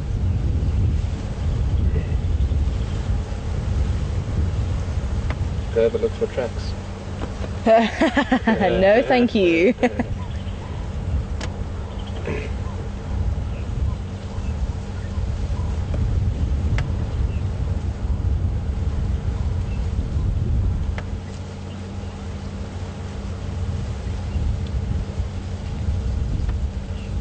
Cool, thanks to everyone sending that in. So I think it sounds like possibly a water or a monitor lizard might be the largest prey that it does take.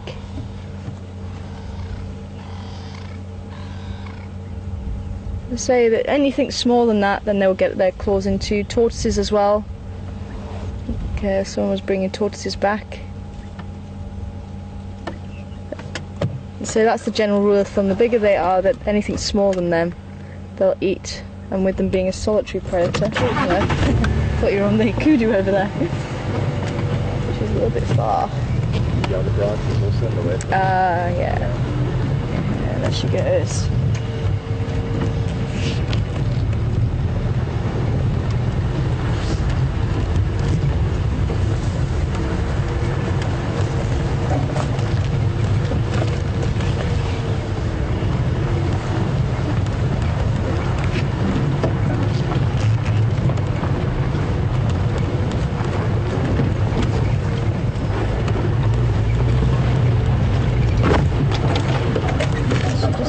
Here we've got the sweet thorn again. There's one or two flowers on the sweet thorn, called the sweet thorn because of the gum that it produces, and all the acacias have this gum, and if the acacia gets damaged they'll release the gum to try and heal the wound. But the sweet thorn, as the name suggests, is pretty sweet, and you can eat any of the acacia gums as far as I'm aware, but this particular one was released as a confectionery before the refined sugars, and apparently sold as a sweet. But the other reason why I stopped here is so you can see how formidable these thorns are. If I actually put my hand next to these thorns, you got that in shot? You see how long they are. And actually the sweet thorn would have been used by the Voortrekker ladies, that the thorns themselves would have been used as needles for sewing. And the other reason why I did actually stop here was because of the thorns, to show you that they are very formidable. But look how many are actually on this plant. They're very large and there's a lot of them. And generally speaking, you see where animals like to browse, because the acacias will produce a lot more thorns in areas that they're more heavily browsed, especially on the sides of roads. Where the animals can't get to, they actually reduce the amount of thorns because they're modified leaves. So if there's a lot of thorns on the tree, you know that the animals do pass by here quite a lot and they feed a lot on those trees. And even the smaller trees will have a lot more than the older trees, the young trees, again because they've got a lot of nutrients, they're growing, so they're going to be even more desirable to the herbivores. But if you've got, say, a small tree and it's actually covered around the back from some other trees and the animals can't get there, then you'll just see the one side with a load of thorns and one side with very few thorns. It's quite interesting. And usually it'll be the side that's next to the road because it's easy accessible to the giraffes and the kudu and everything. Yeah. Sweet thorn, one of the acacias. There you go, there's another one here.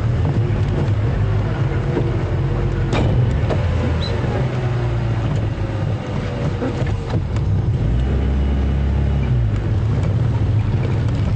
So that'll be why there's a lot of these small trees here. That'll be why they heavily browse.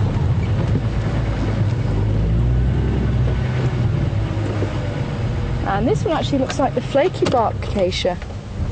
So we do have the sweet thorn and the flaky bark acacia right next to each other. There's a hole in this thorn. Dear Liza, dear Liza.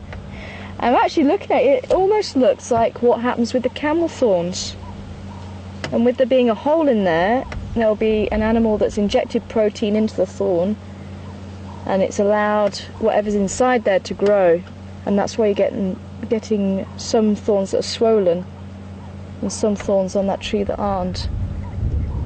And the slender ant is quite often responsible for increasing the size of the thorns on the camel thorn, and we don't have the camel thorn here. It tends to again be further north, but it has a relationship with the tree, and the slender ant actually causes the swellings in the thorn.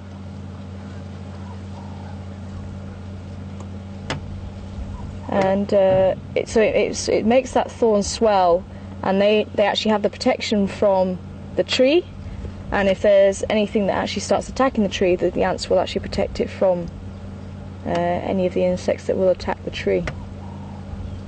So I'm wondering if that's what's actually going on here. Maybe it is a slender ant that's here. Doesn't a wasp also? Yeah, wasps can do that. Gall wasps. So you do actually get swellings on trees from all sorts of species. But I wonder, because it's actually in the thorn, it could be an ant. Let's say it could be a wasp. It could be midges. There are a number of species that will inject a protein. Sometimes you see the swellings along branches. Sometimes you see them actually in the leaves. It's amazing where animals do actually live.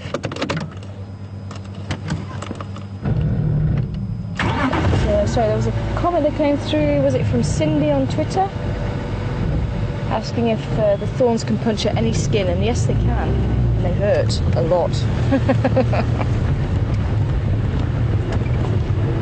But you also get thorns that are modified branches, and I've not seen the sickle bush around here too much, but if I see one I'll show you. And they have modified branches rather than leaves, so they are different colour. The white thorns are modified leaves. And actually I'm not using the technical name, but I think the technical name... Oh, hello, there's quite a big hole there. I'm trying to avoid this tree here. Find myself a hole instead.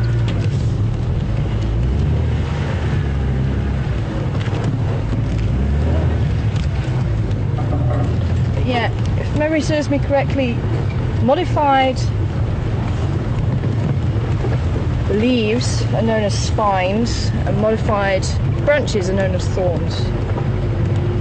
But there'll always be thorns to me.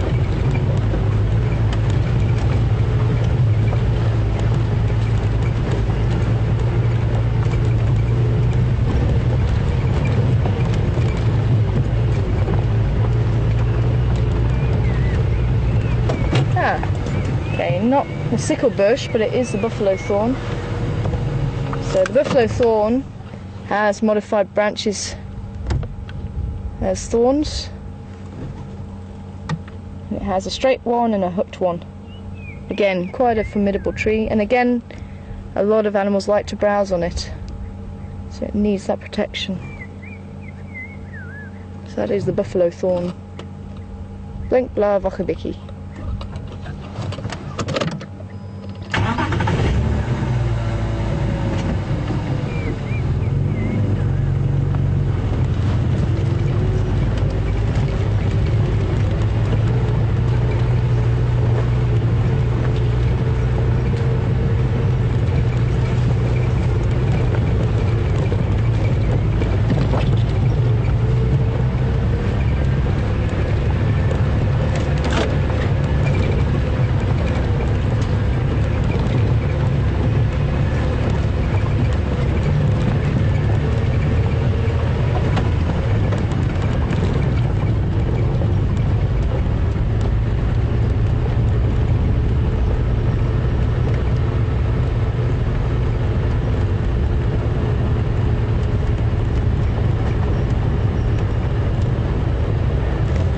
kudu.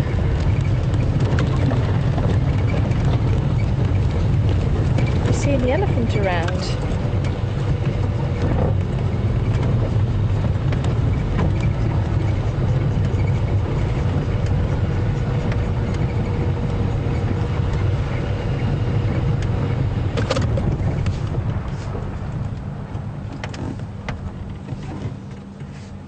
So we had a brief look at the male kudu earlier. These are female kudu. And again, you can see the different stripe patterns on the female and the youngster here. It is normal to see small herds of kudu. They tend to make herds of about 4, 5, 6, something like that. And no males. The males only really join the females when they're breeding. Let's just see if we can pull forward a little bit.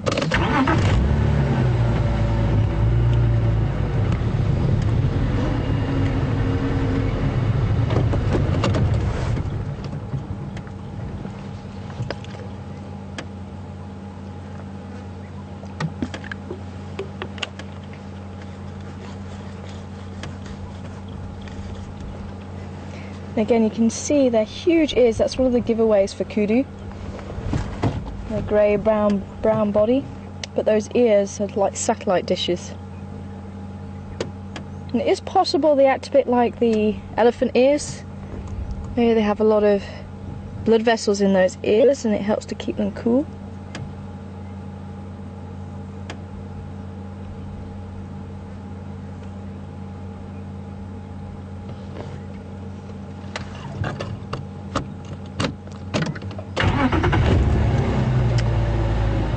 Okay.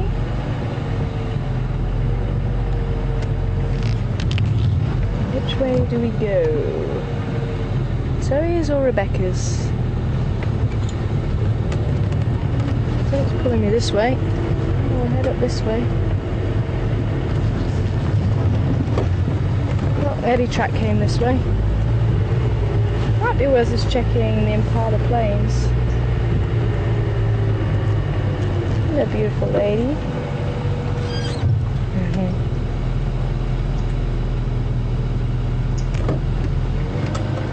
I'm going to stay put. There you go, you can see those beautiful ears.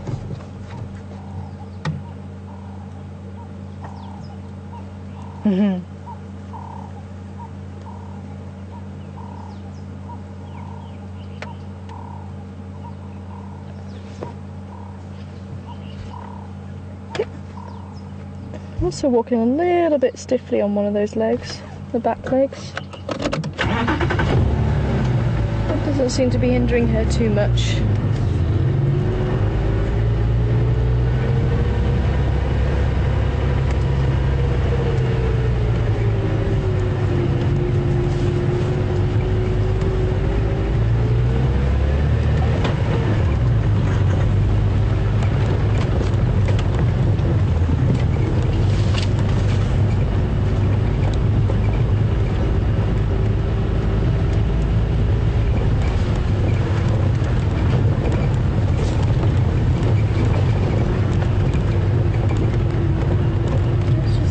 To Impala Plains quickly, just in case there's somebody here. It is getting a little bit warm now, but you never know.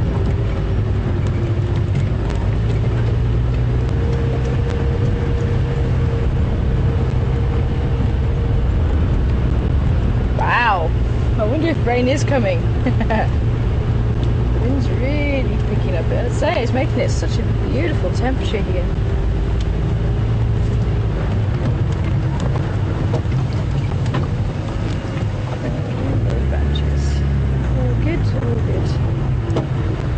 Oh wow, lion's eyes. Just on the road here.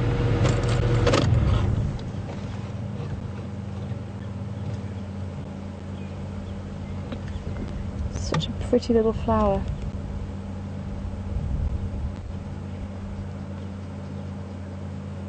Very vivid, it's like a shocking orange colour.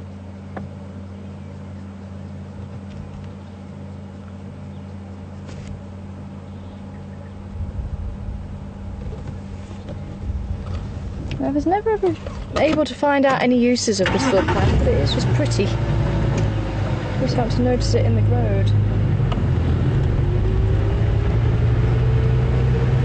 And right in the centre of it is the yellow.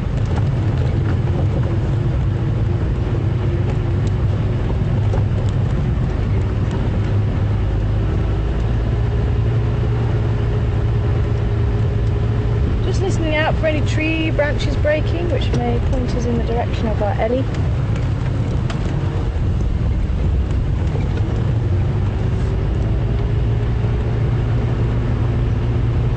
Oh, Dacre just ran across the road.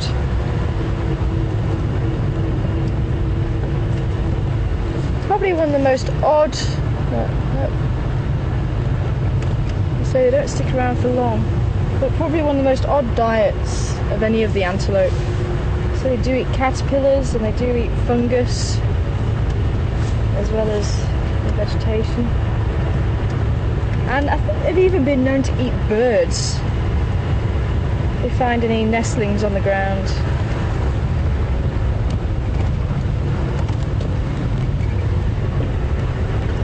Very odd.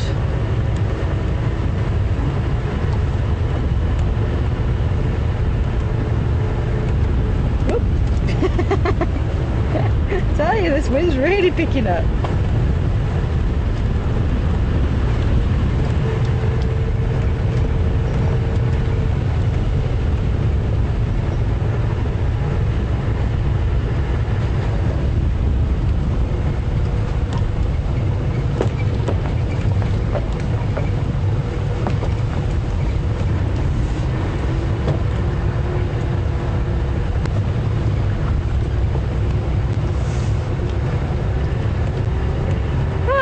Angela, welcome on board.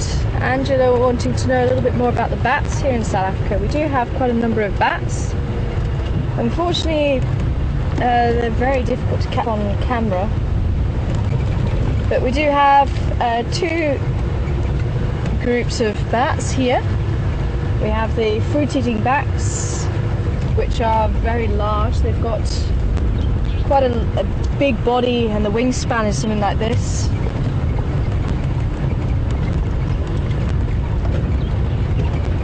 So they are the fruit-eating bats. The epauletted fruit bat is one of the bats that you get around this side.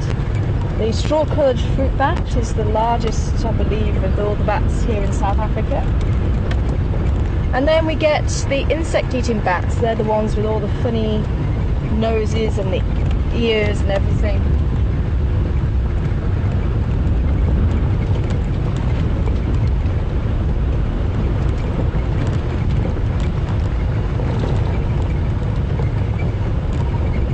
And I'll have to try and see if I can find out this fact, but I think the bats are actually they make up quite a large group of the mammals. It's something like a quarter of the mammal species are bats across the whole world.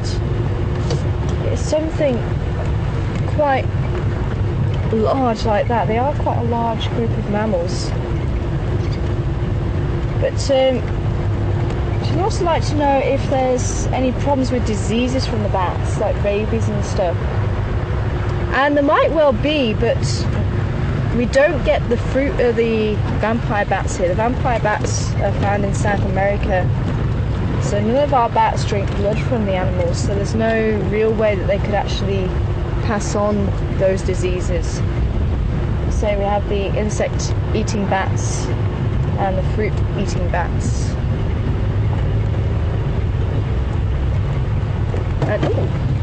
And because they have different ways or different diets, they do locate that food in different ways. I'm just stopping here because we've actually got some dung in the road. I'm able to zoom in on it.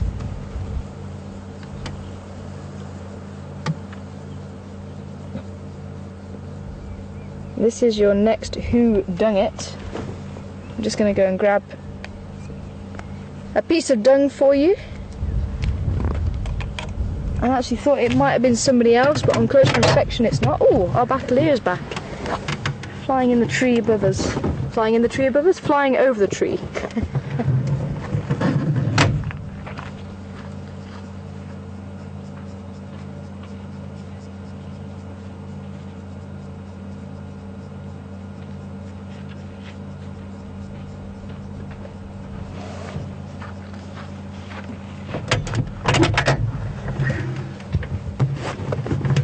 Here we go. Fairly fresh as well.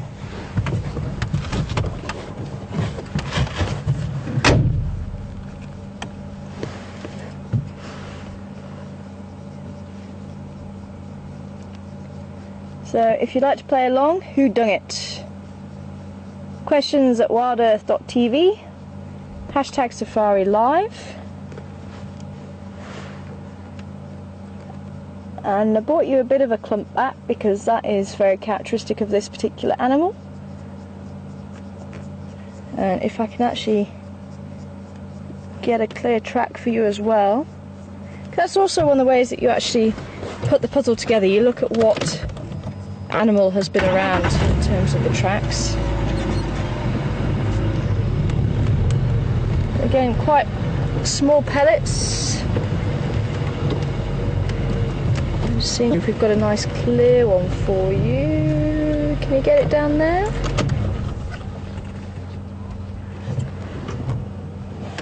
Oh, well done, Sharon. Straight off the mark there. Sharon not needing any help. No, nope. You need to go further down, I think. There we go. Yep, that one there. There we go. So that track there is from this animal. So Sharon was first off the mark. Who else was it?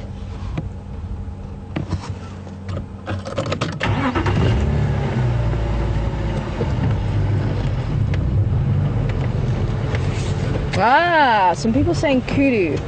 Kudu don't tend to clump. Kudu don't tend to clump like that. Oh, hyena.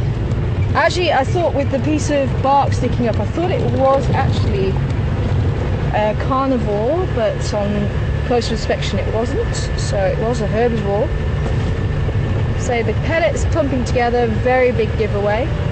Very characteristic of this animal. And quite a wide, blunt track. The track's about that sort of size. So Sharon having the correct answer with wildebeest. It was wildebeest.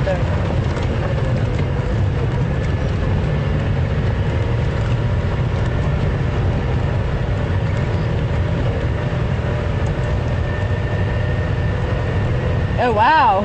So Sharon was the only one that got it. Well done, Sharon.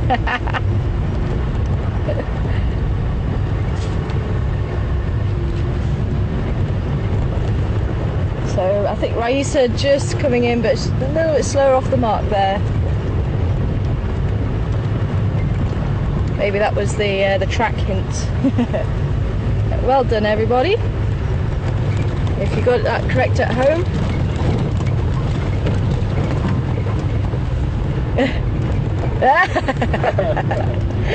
Sharon's saying she knows her poop and she's proud of it. Well done, Sharon. I'm proud of you as well. So yeah, it's a lot of fun. And as you can see, okay, we might not have seen too many animals this morning, but we've had a lot of fun with the tracks and the dung. And that is what the bush is about. It's appreciating the small things as well as the large things.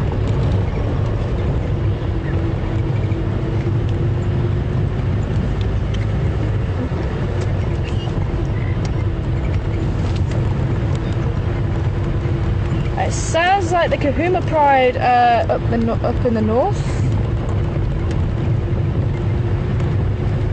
So there's a bit of chatter on the radio, but I think that's what I'm picking up. That they just said about the Kahuma Pride being north. So it was a Styx Pride that came through here. By the looks of it, it was the two females that were seen on a previous guide. And the tracks came onto the property last night, and then they turned around and went back again. I was really hoping we might have a chance to actually catch up with them. They were seen here. They were the first lines I ever saw here. it would be lovely to catch up with them and see how they're doing.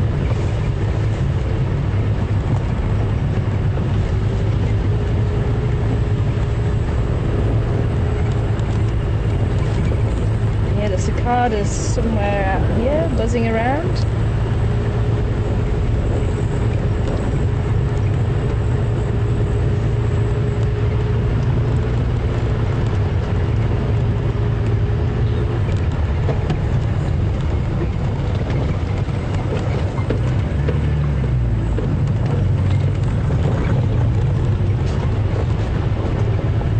So we're coming up to a sandy patch.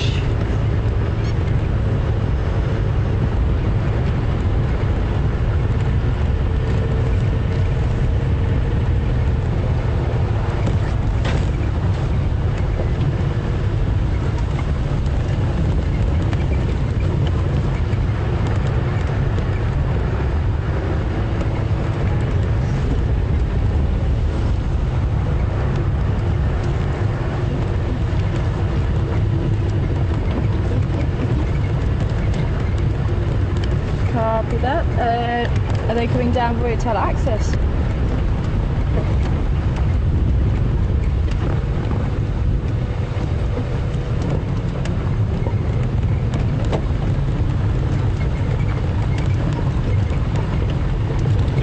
Copy, thanks for the update. I'll see if we can follow it.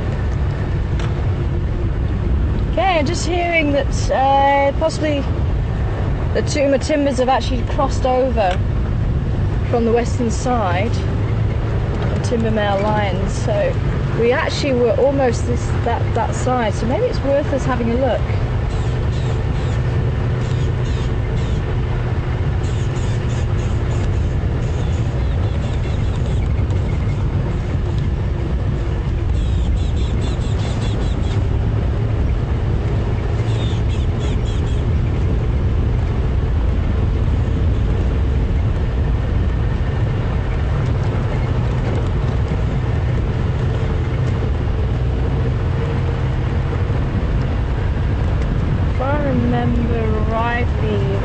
They talk about the one-eyed pan, and I think it's this side of Triple M rather than the southern side, but I'm pretty sure they said they were somewhere around the driveway, which would mean Voyatella Access Road. So let's have a look. You never know, maybe we'll bump into them. That'd be very cool.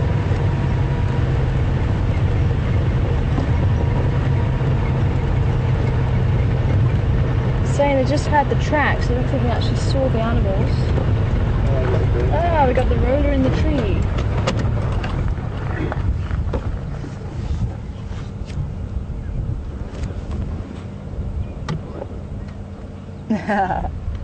Now there is a challenge.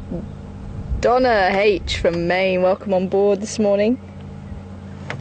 It looks like we have the European roller in the tree. You can see a lot more blue on it, and you don't see that pink breast as you do on the lilac-breasted roller.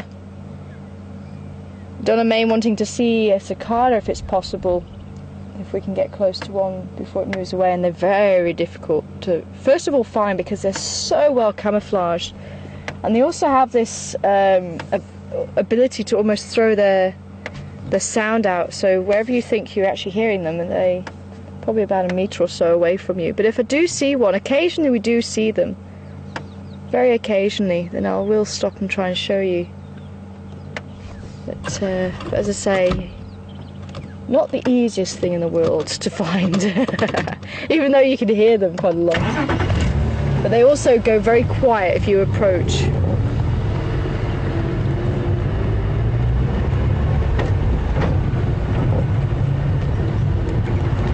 But they have that ability just to keep that constant buzzing. You know, it's just like this constant. It doesn't go up or down, just a constant. And it's because they have, it's almost like the top of a drum.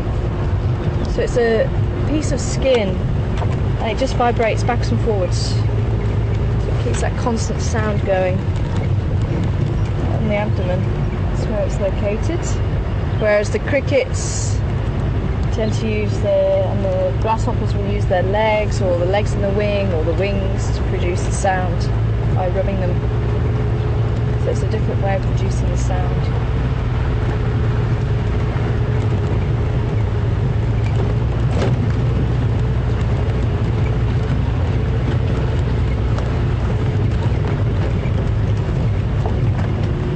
Okay, so we're at Sandy Patch now.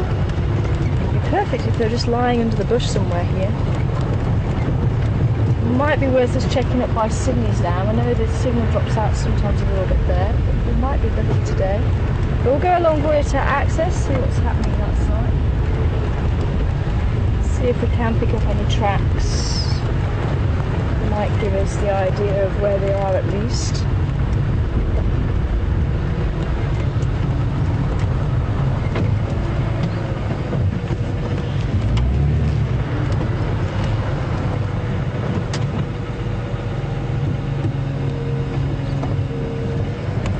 Very old track, just one heading up that way.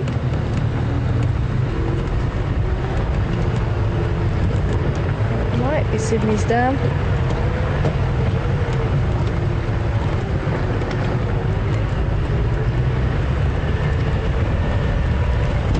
It is starting to get quite warm now, but as I say, that sun is very nice with the wind.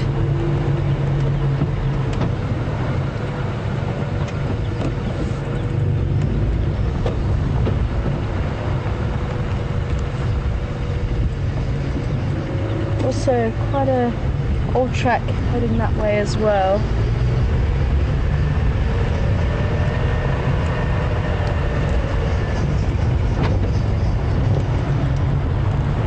So it sounds like somebody was doing the same thing as us, following the tracks and finding that they've actually crossed over the boundary. Yeah, okay, some more tracks here.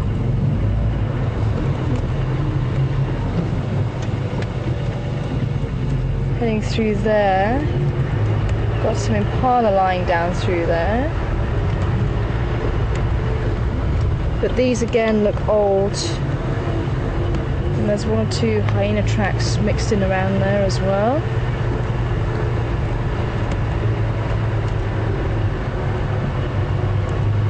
Any tracks around still?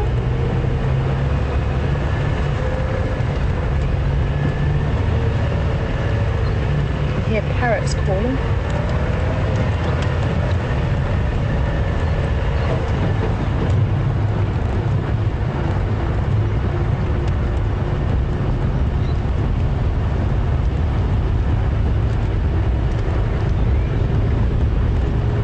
So if you are just joining us, we just had an update that the lions, the Matimba male lions, might have crossed from the western side over to this side, and somewhere around this road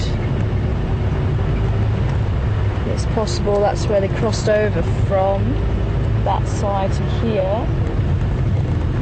So we're just seeing if we can find any fresh tracks to follow up on. Otherwise, let's say it might, if I go to the end and we can't find anything, we'll just turn around and head up towards Sydney's Dam, just see if we haven't gone towards the waterhole.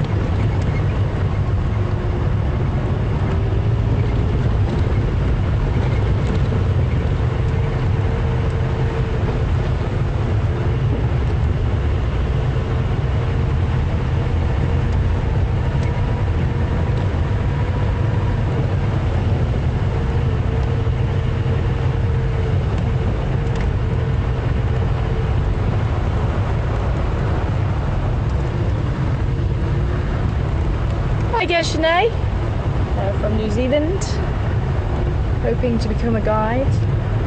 Sinead wanting to know if the European roller also does the display flight like the lilac-breasted roller does, where it tumbles to the ground. It kind of just does this turn in the sky. It's amazing to see. I thought we might have seen it today, but the birds were flying too far behind the trees for us. But yes, they do, Sinead. The rollers, it's a very characteristic display flight from the rollers. I say the European roller is going to start heading back to Europe soon to winter there. Ooh, wow, that would have been a good spot. Oh, this is my first cat head of the day. That's not a cat. Check that out. Do you see what I'm looking at there? Just happened to glance at it. Ah, that would have been a good spot though, hey? Tree feature. It is. It's a tree lion. Yes, me. Yep. Oh, I'm good at spotting them, I tell you. I'm probably one of the best when it comes to spotting them. What's another one? Yep, I spotted another one. But you know what? If you don't check it out, you'll always be thinking, was it? That was not as obvious. That was just a shadow. But that's what it's about in the bush, just checking these things out, because it could well be. Because you don't get the animal right out in front of you most of the time. Sometimes if you're lucky you do, but sometimes you just get literally the back end or the tail or the head. Sometimes you see a tail flicking and that's about it, but it's enough to give them away if you're looking at the right direction at the right time.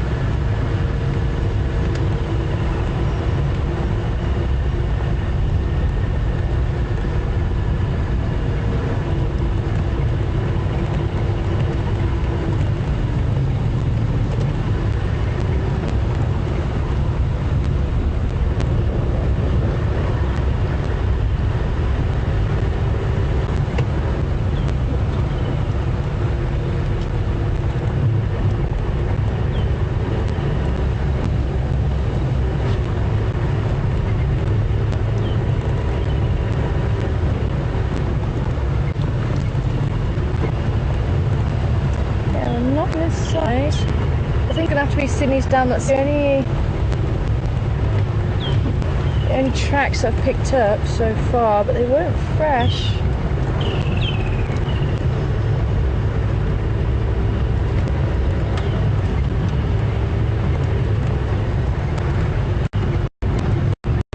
So this is the boundary. We're now on Triple M. This is the boundary where they're thought to have crossed. But this is a very busy main road into most of the north of the sands.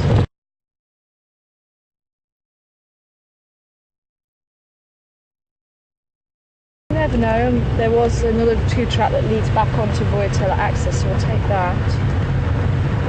But just in case. So this is a little 2-track that we're going to take. I'm just going to drive down a little bit more. I wonder if I can put that.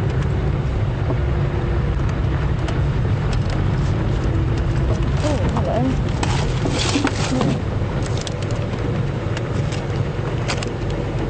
It doesn't have it on there, that's a shame.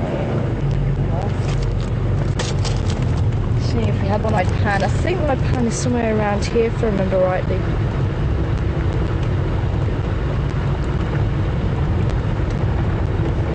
Okay. Well, we'll take a stroll up to Sydney's Dam via a sandy patch.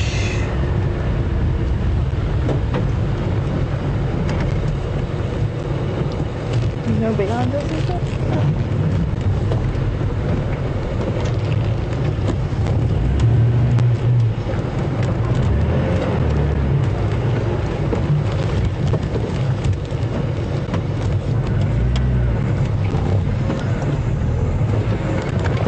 Not to put you in a buffalo thorn. There we go. No buffalo thorn scratches. Yay!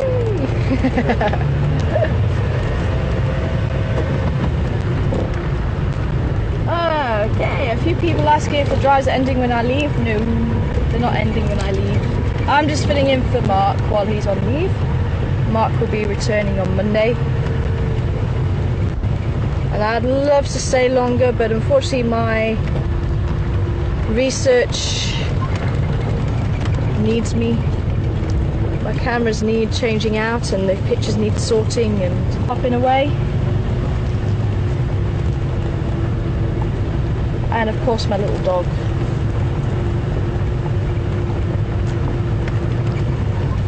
Get to see my little dog again. But it has been wonderful driving you guys around Djuma and visiting Djuma again. It really has, and seeing all the residents of Djuma, it has been absolutely wonderful. As I say, I've got the Monday morning drive, and then I'll be departing after that.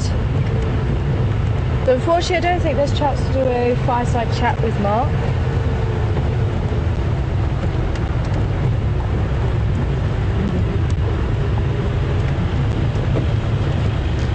Thank you so much.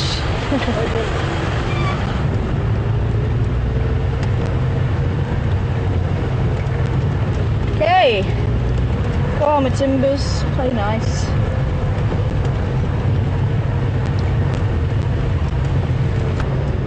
And the fungus. But even I'm sure it was the dacre that ate baby birds if they were found on the ground. I've heard they also look for rodents. Yeah, rodents as well. Yeah. It's just an odd one for an antelope, it really is. But there you go. But I haven't heard of any other antelope displaying that kind of diet, having that kind of diet.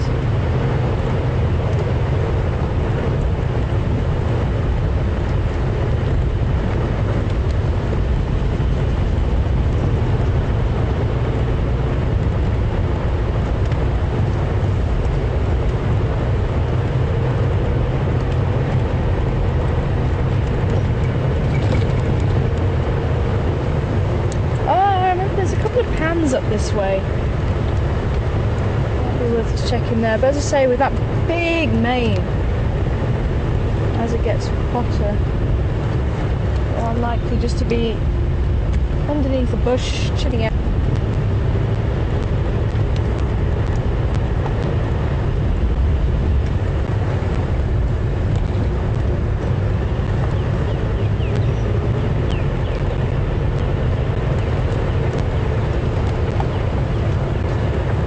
The sun is a lot higher now, so it is difficult to see the tracks nicely. You do have to be pretty much on top of them again to see them.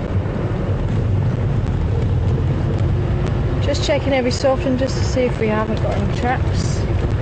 So the last set that I had, they were coming in here, but it did look a little bit old to me. So it could well have been that they crossed earlier last night.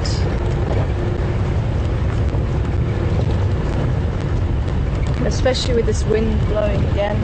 I was saying earlier, the track does degrade very quickly with wind.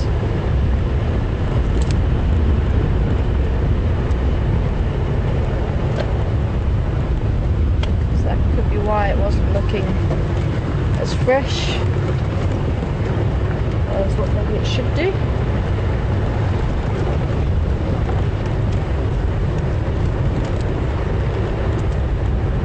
Nice if we were just out here in the open. We might lose you. We do tend to have a bit of a signal drop here, but hopefully we'll get you back again.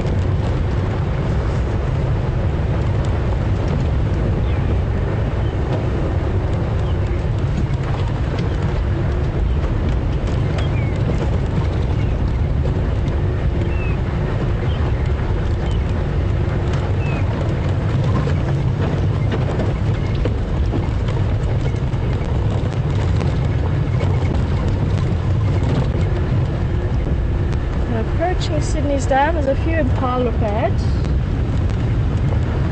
The wind is blowing that way, so if the lines are here, the impala won't know.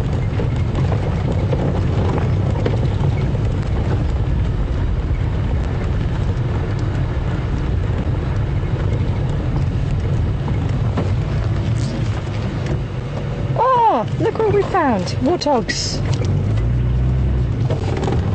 I'm going to stand back here, so hopefully we can get them on screen before they run away.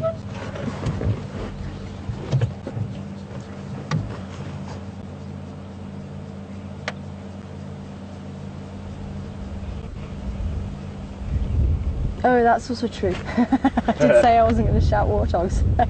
Every time I say warthogs, they disappear. And I said it 3 times. Okay, the pigs. But you can see they're bending down, so they don't actually have a slope back. They do have a slightly concave back, but they don't have a slope back. They're actually Brian's going mental there. Brian also loves the pigs. Almost at it. But they actually have hard calluses on what is the equivalent of our wrists, and they'll walk around on the wrists rather than having to stand up and move and then get down again and then stand up and move, because they're eating the grass and any of the roots there that they can find. And they've got quite a hard nose, and they use that nose to use almost like a digging spade.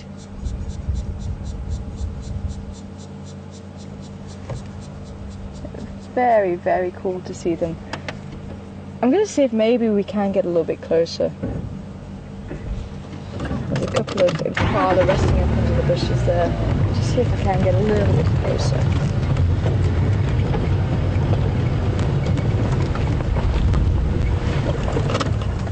Oh, one's got his head up. Sorry, a bit of an awkward angle for you.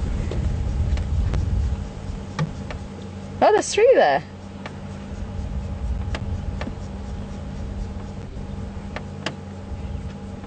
You can see the impala crossing in front. I'm wondering, actually, you might see that black gland on the... Okay, let's put his head down. I'm going to sneak a little bit closer. But you might see that black gland on the back of the legs that we've been talking about on the impala, the metatarsal gland. Could be rest a little bit too long to see it. Yeah, I think it's just that little bit too... Oh no, here. As they're coming through this patch here, this is quite... And then I think we can definitely see the warthogs a little bit better. There you go. As they're walking to the right of that... Oh, there we go. Yeah, there you go. So you can see the black patches on the back of their legs there. That's the gland. But if we're able to maybe just pan back to the warthogs, because we don't tend to see them very often. I said it again, didn't I? Well, maybe that taboo's gone now, because they're sticking around.